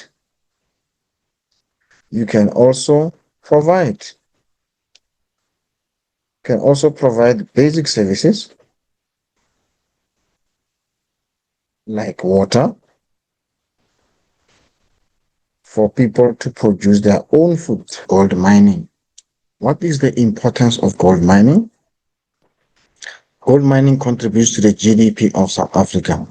Just like all other economic sectors, they contribute to the economy of South Africa. So contribution to the GDP of South Africa, it will be gold mining, it will be farming, it will be secondary sector, tertiary sector. All economic sectors contribute to the GDP of South Africa. And source of employment in South Africa. In as well, all sectors of economy are the source of employment everywhere. And then gold mining also has a multiplier effect. What is multiplier effect? It is additional economic development in response to a new expanding part of the economy. So simply, what does that mean? It means one industry leads to the growth of another industries. So that is your multiplier effect. Gold mining attracts foreign investment. Gold mining help to earn foreign exchange. Now let's look at the gold mining. Gold mining is not all good. There are some negative impacts of gold mining to the environment. What are the negative impacts? Yeah, it destroy natural environment, and then because of that, it destroys natural habitats, and then it destroys the land. Chemicals also are going to cause water and land pollution. It results in sinkholes and power stations. They can provide carbon dioxide that is released and contribute to global warming and climate change. So, as much as gold mining is going to bring positive impacts in economic growth, it also has some negative environmental impact. Now, let's in South Africa. To which economic sector does gold mining belong? You must all be knowing that because gold mining is extraction, this will be primary sector.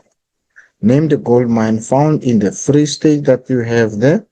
Name the gold mine in Free State that you have. You'll look at the gold mine in the Free State there. It is circled down there. I said this is according to the extract, so we're not going to pay much attention to that. We're going to pay attention the to the to the concept. According to the table, which province has the highest gold reserves? So you have to just interpret this table and see which one has got the highest number. So this will be based on the table. Quote evidence from the extract that gold mining is a backbone. So you quote from the extract here. These different extracts will have different quotations, so we're not going to pay much attention to that. Suggest two factors that resulted in the decline of gold production for the past 3 years. So this one is factors that hinders. This will be the factors that hinders gold mining. But in this case, it will be according to the extract. So it will be according to the extract. State two factors that resulted in. So what will be the factors that hinder gold mining? Number one, it will be labor unrest.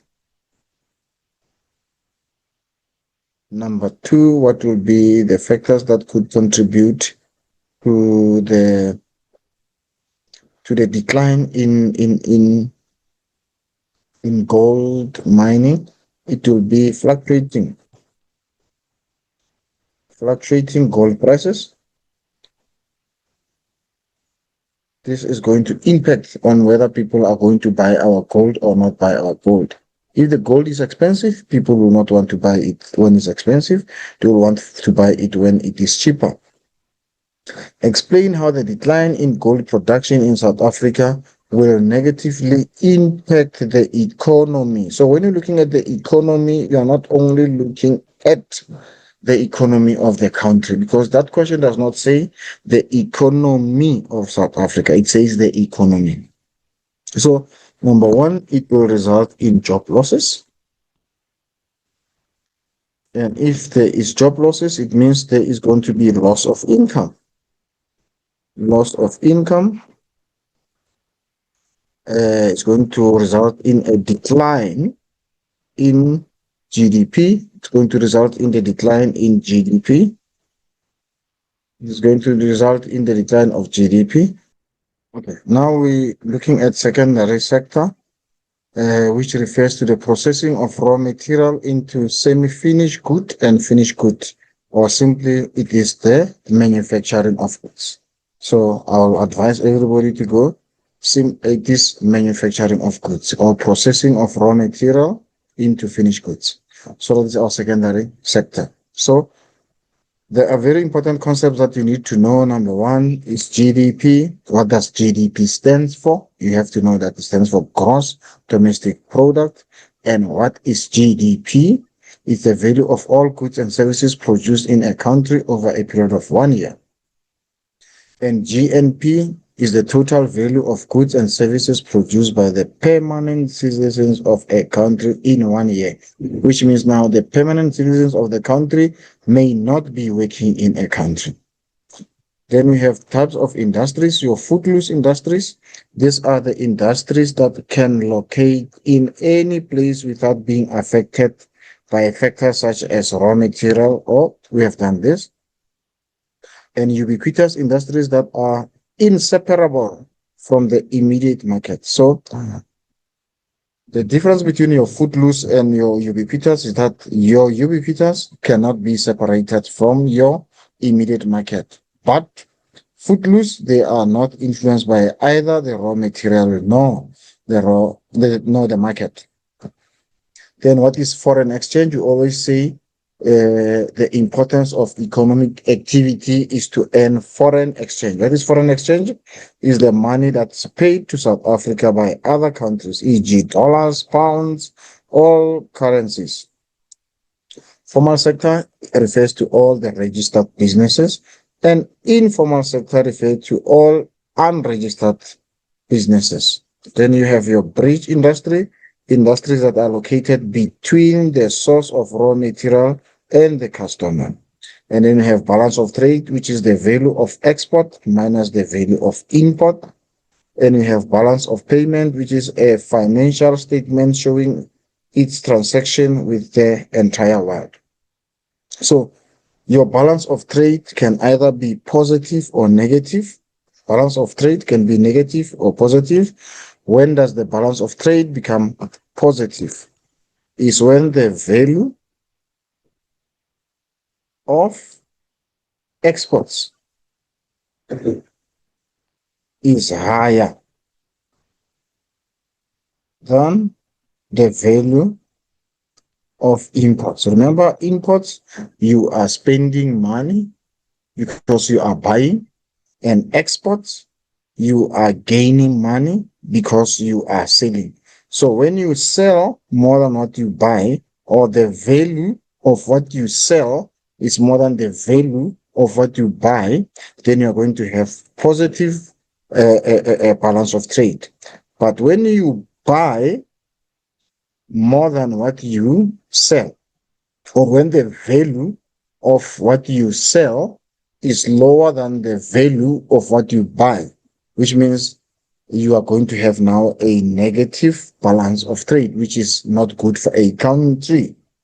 And then balance of payment, remember, it refers to all the transactions that the country makes. So it means during export, the country gets slips or receipts, and then during export and import, all those when the country puts all those documents together, it's what they have as balance of payment. All the transactions. So you take all the receipts that the country has made when they were exporting and when they were importing. We put them together, you get what we call balance of payment.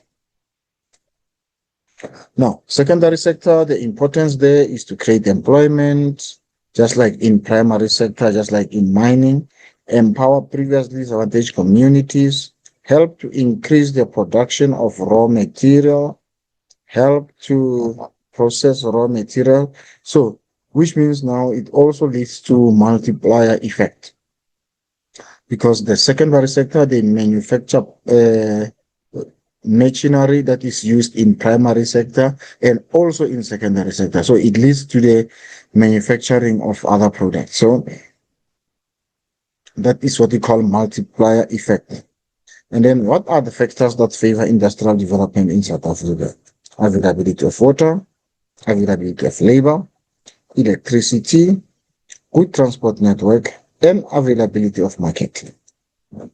Now, let's do a map application or map interpretation of factors that will favor industrial development. Now, what you're looking at here, you're looking at the power lines. So if you get a question, say, what are the factors that favor industrial development in block C1 or whatever block? So you look at these factors that favors industrial development. So you're looking at this area here.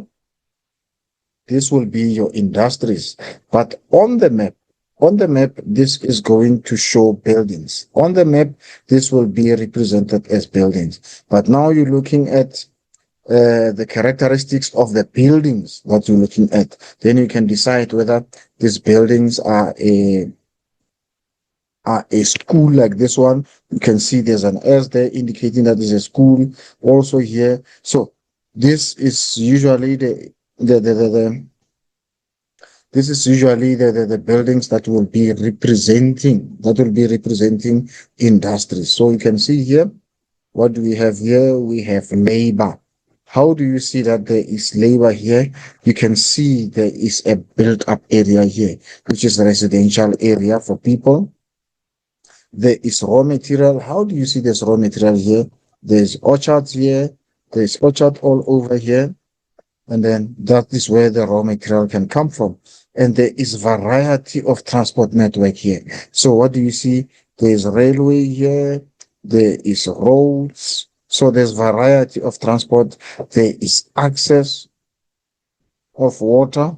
You can see there's a river there. You can see there's a dam there. So which makes now these are the factors that favor industrial development. And now you can see this area over here. Try to check the contour lines here.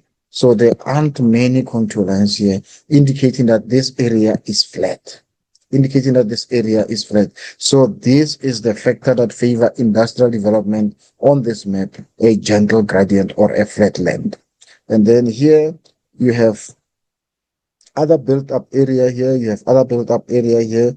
It could be a town here or residential area here, which also provides a market to the industries, which also provide the market to the industries. Now, let's look at our four core industrial regions. We have this one that we call PWV, or it is also called Gauteng. Then we have this one, Durban Pinetown. We have Durban Pinetown, and we have Nelson Mandela Bay, and then we have Southwestern Cape.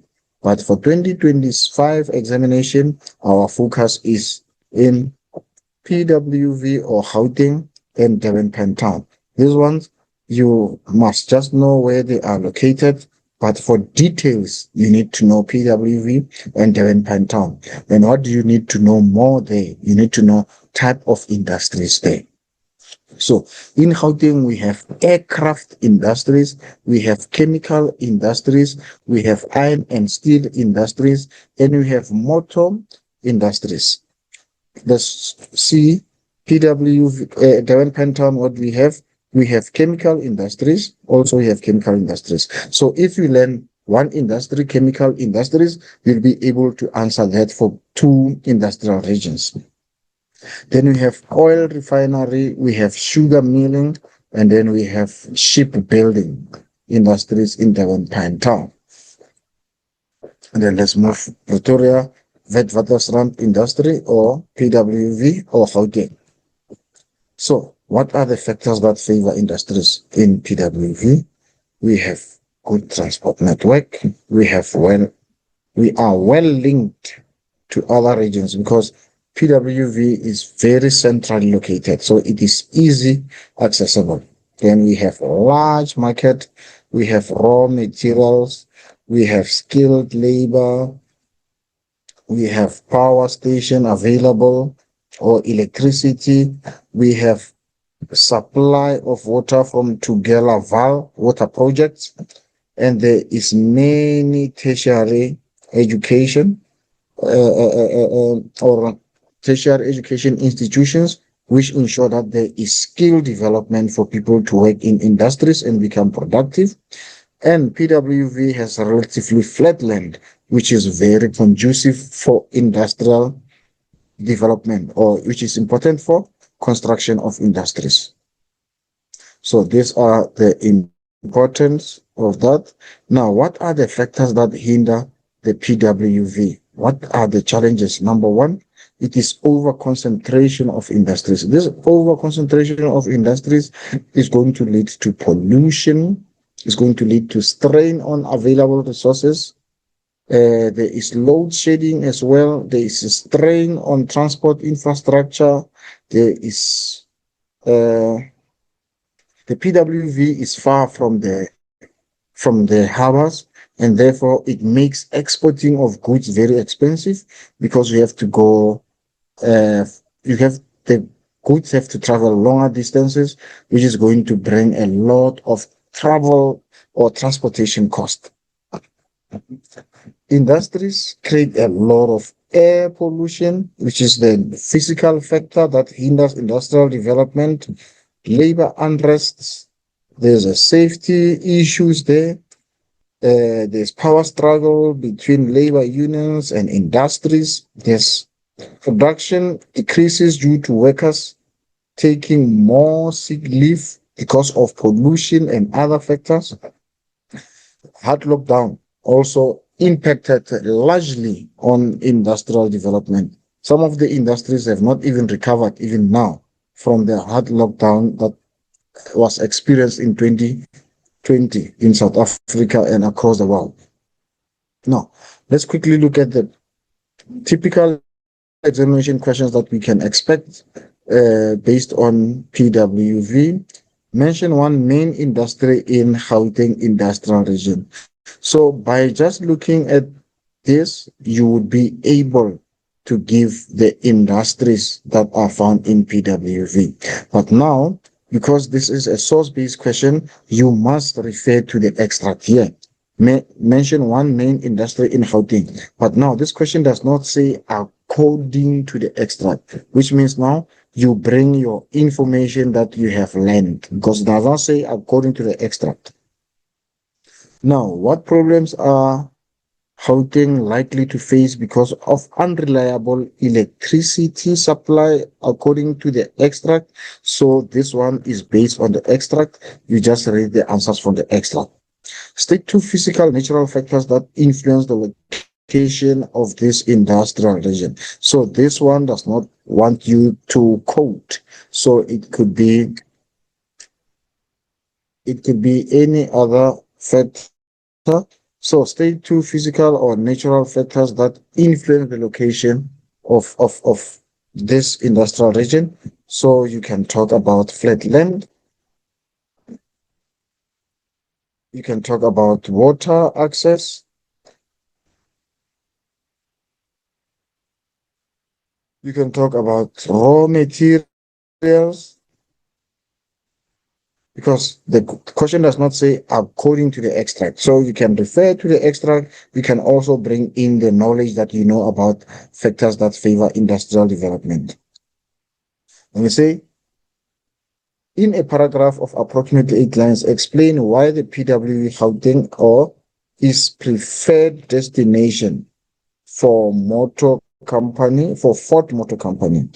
Why is it a preferred? In a paragraph of approximately 8 lines, explain why the PW Gauteng Industrial is a preferred destination for Ford Motor Company international investors. So what are you going to look here? You are going to look at the factors that make it accessible, or the factors that favor industrial development here. Number one, you look at availability of labor. This place, PWV, has access to labor. You look at, again, its accessibility. It is highly accessible. What else do you look at? Because it's a preferred company for this. And then you look at the market. It has got market. And then what are you looking at? We look at the availability of raw material that makes the industries to function there. You look at the infrastructure. You look at the infrastructure that is available for transportation of goods. And then you look at the access to international market. You look at the access to international market. So these are the factors that you could look at for Gauteng as a desired or as a preferred destination for Ford Motor Company.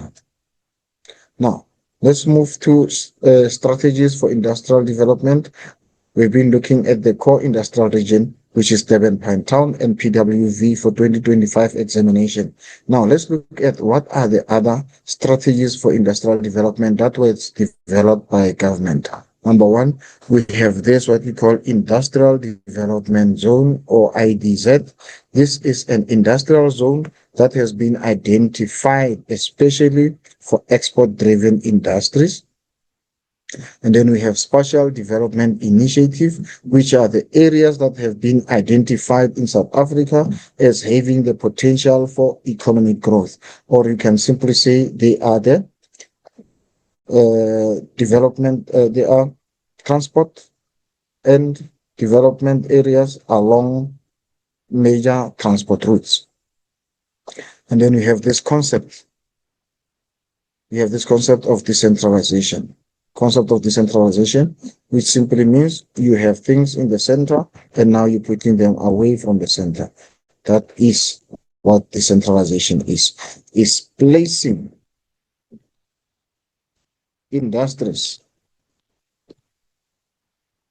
away from the center to the boundaries, or we can say periphery.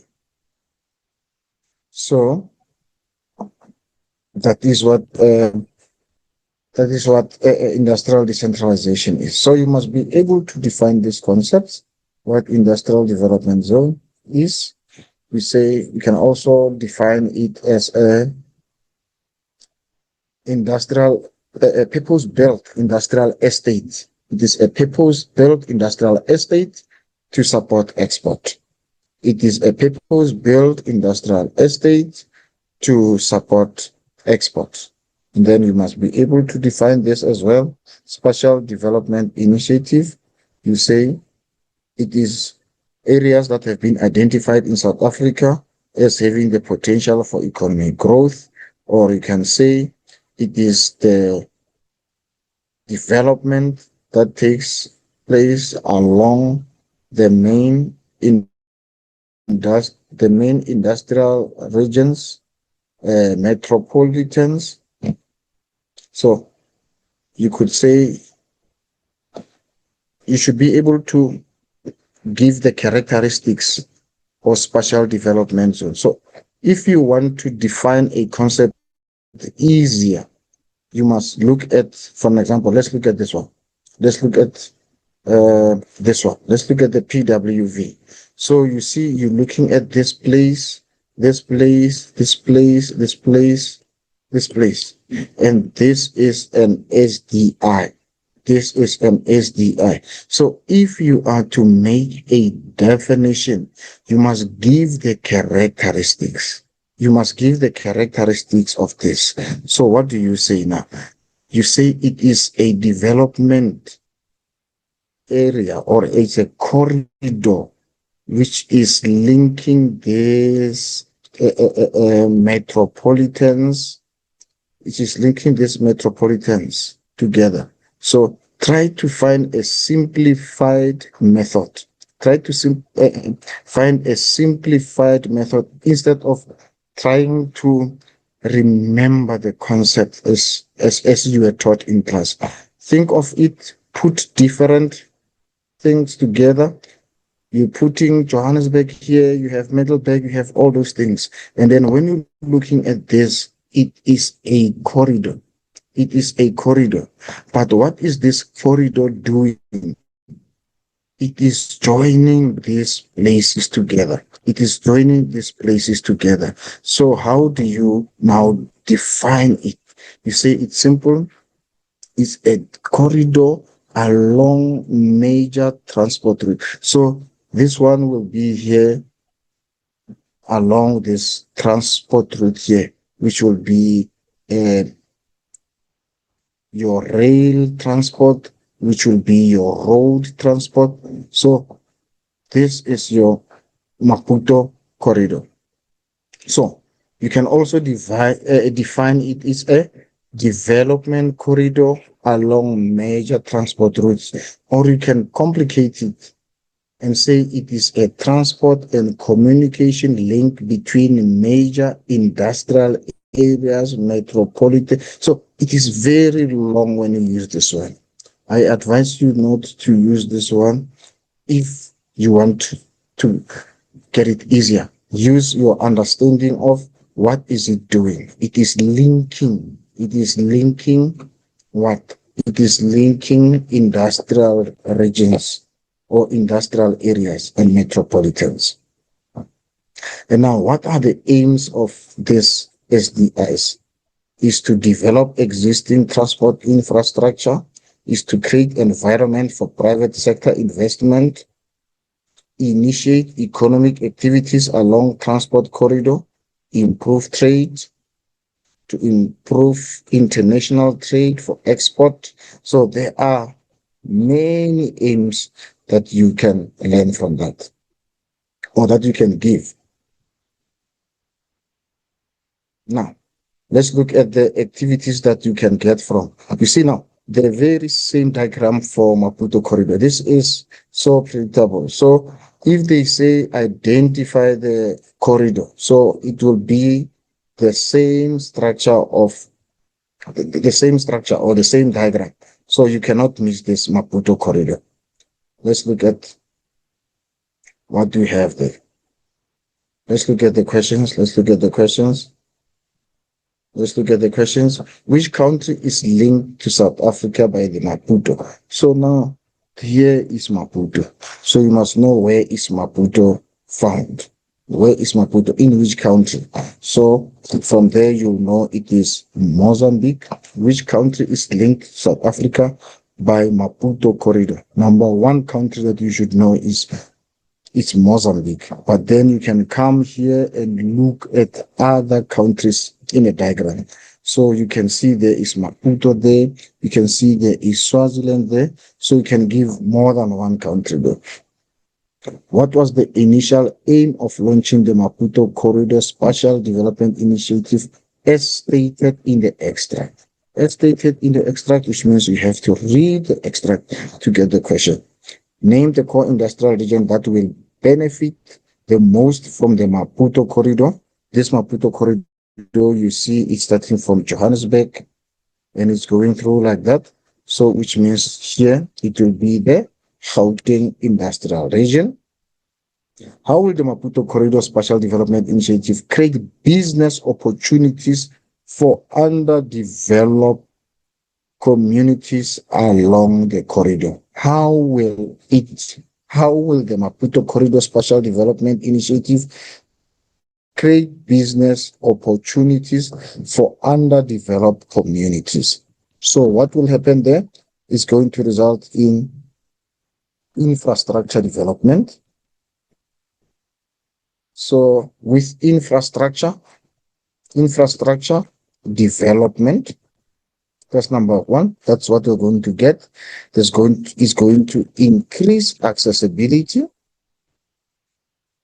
Is going to increase accessibility of this area. How will the Maputo Corridor Spatial Development Initiative create business opportunities for underdeveloped communities along the corridors? There's going to be infrastructure development.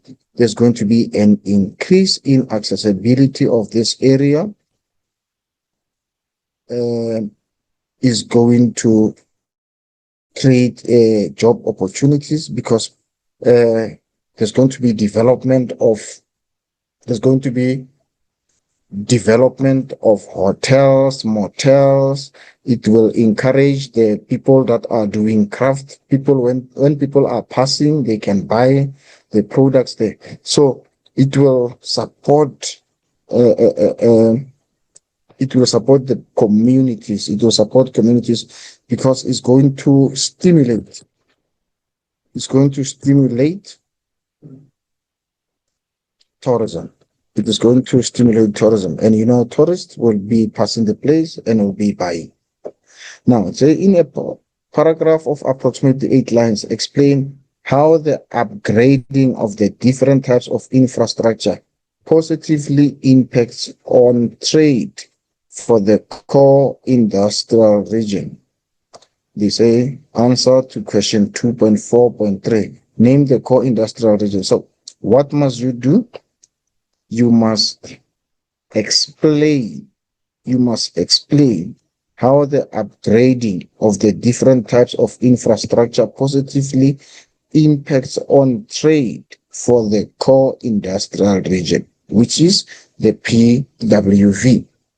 So now, what are we looking at here? We're looking at we're looking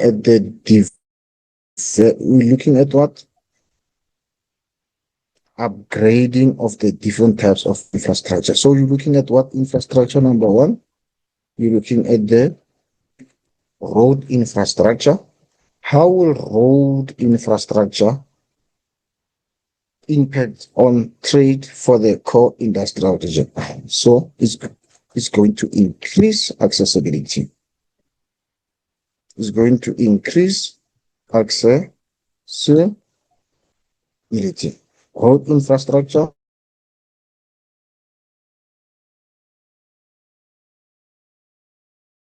So there's going to be educational. There's going to be educational institutions. There's going to be educational institutions. How will educational institution assist there? There's going to be skills. There's going to be skills. What else is going to develop there? There's going to be electricity. How will electricity assist? Electricity is going to help with production. Electricity is going to help with production. What else is going to, because we're talking about what? Infrastructure. We're talking about infrastructure. So the infrastructure, upgrading of different types of infrastructure. So we have water infrastructure.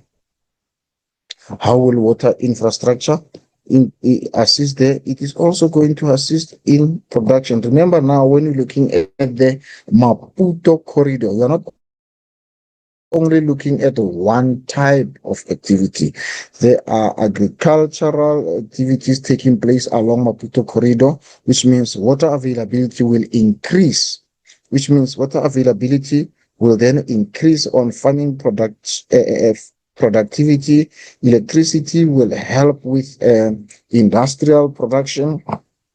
Educational institution will provide skills that are needed for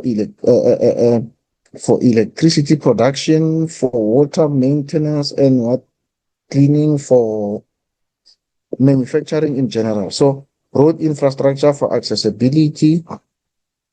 And then what other infrastructure can you look at? There's going to be also the development of hotels, because that's another things that are going to develop there. So if you have hotels, what is hotels going to do? There's going to be tourism. It's going to improve tourism. So there is number of infrastructure that you can talk about here. There's a lot of infrastructure that you can talk about here that will improve or that will help to develop the core industrial region. So you just think of any infrastructure that we have. Apart from that, there's going to be telecommunication that's going to improve. So telecommunication is going to improve the communication and therefore improve the production and the development. We can also talk about technology. Technology is also going to improve. And then when technology improves, it means, so there's going to be technology as well. So there is a lot of infrastructure that is going to develop there. Now, let's look at the dubious trade port. You need to look at the factors that favor dubious trade port. This trade port is usually effective infrastructure, and it has seamless service provision and available incentive, which gives business a competitive edge.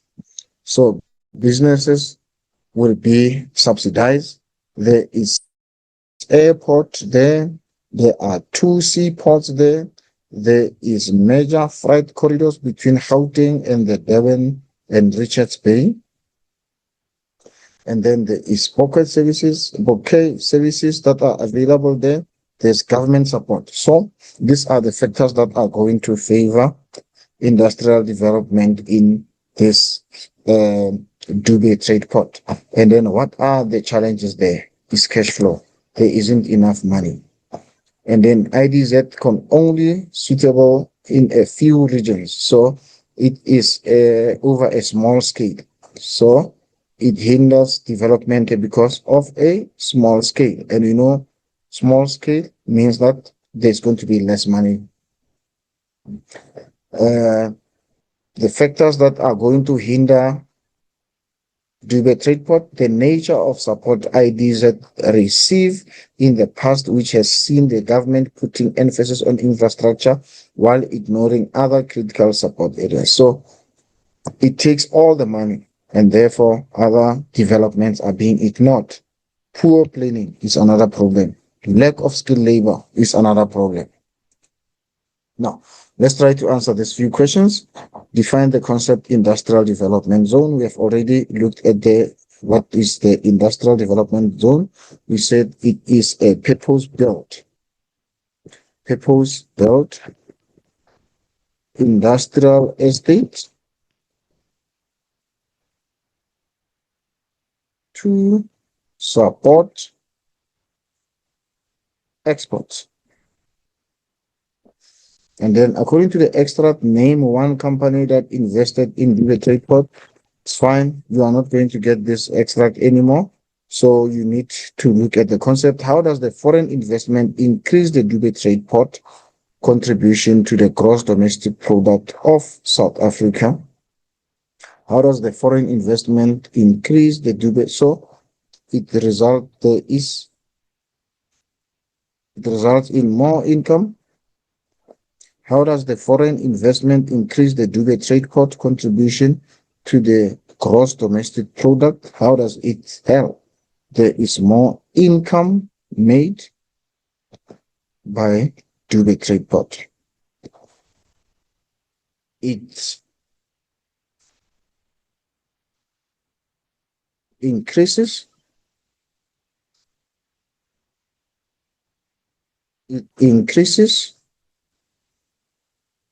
the job opportunities, or it creates job opportunities. In what way does the creation of jobs by the Dubai Trade Port impact positively on the people of KZN? So improve quality of life,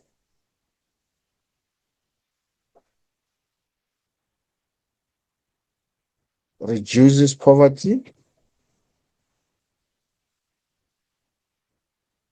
it improves quality of life, it reduces poverty. Discuss three factors that influence the development of the Dubai Trade Port. Just like we spoke about here, the factors that will favor the development of Dubai Trade Port. So, three factors that influence the development of the Dubai Trade Port. Discuss three factors that influence the development of Dubai Trade Port. So you choose which one you want. Dubai Trade Port has huge, effective infrastructure that leads to the growth of the Dubai Trade Port. Number two, choose the shorter ones. You can say the two seaports ensures that there is enough export and import of goods there. Then we choose another short one. There is a government support which provides money, or we provide incentives for the industries in the area. So just choose any three short ones that we can get there. Now, let's quickly go to informal sector. What you should know, you should be able to define an informal sector. What is an informal sector? What is an informal sector? it simply refers to all unregistered businesses. Informal sector refers to all unregistered businesses. According to the graph, what percentage of South Africa's population is classified as the informal sector? So according to the graph, this is what you do. You look at the percentages that are given there. Give economic reasons that have led to such a large informal sector. So this one is a concept. This one is a concept. You need to know, why do we have high informal sector in South Africa? Number one is because of unemployment. There is high level of unemployment in South Africa. Number two, there is retrenchment of people that were working. Number three is because of high level of rural urban migration. Rural urban migration. And then lack of qualifications. Lack of qualifications. These are some of the factors that will lead to a high involvement in informal sector. Now, explain the economic importance of the informal sector. Economic importance. Create jobs. That's number one.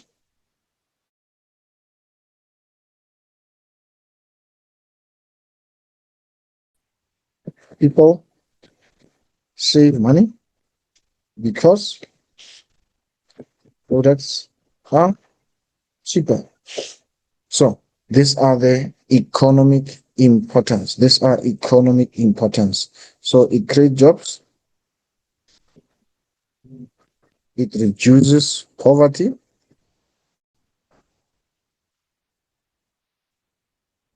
Okay. Then we have, in a paragraph of approximately 8 lines, suggest strategies that could be implemented to improve the sector. What can be done to improve the sector? Let's quickly go to what can be done to improve the sector. Number one, you can provide the traders with infrastructure. You can do skill development for informal traders. You can make partnership with the formal sector. You can regulate but not register. You can regulate the sector. You can provide loans and subsidies for informal sector.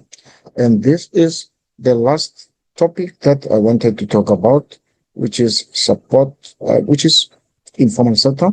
And I want to wish you well in your last paper of your 2025 examination when it comes to geography. This is your last paper. Have enough study and make sure that you sleep early and have enough rest. And I say good luck for your examinations.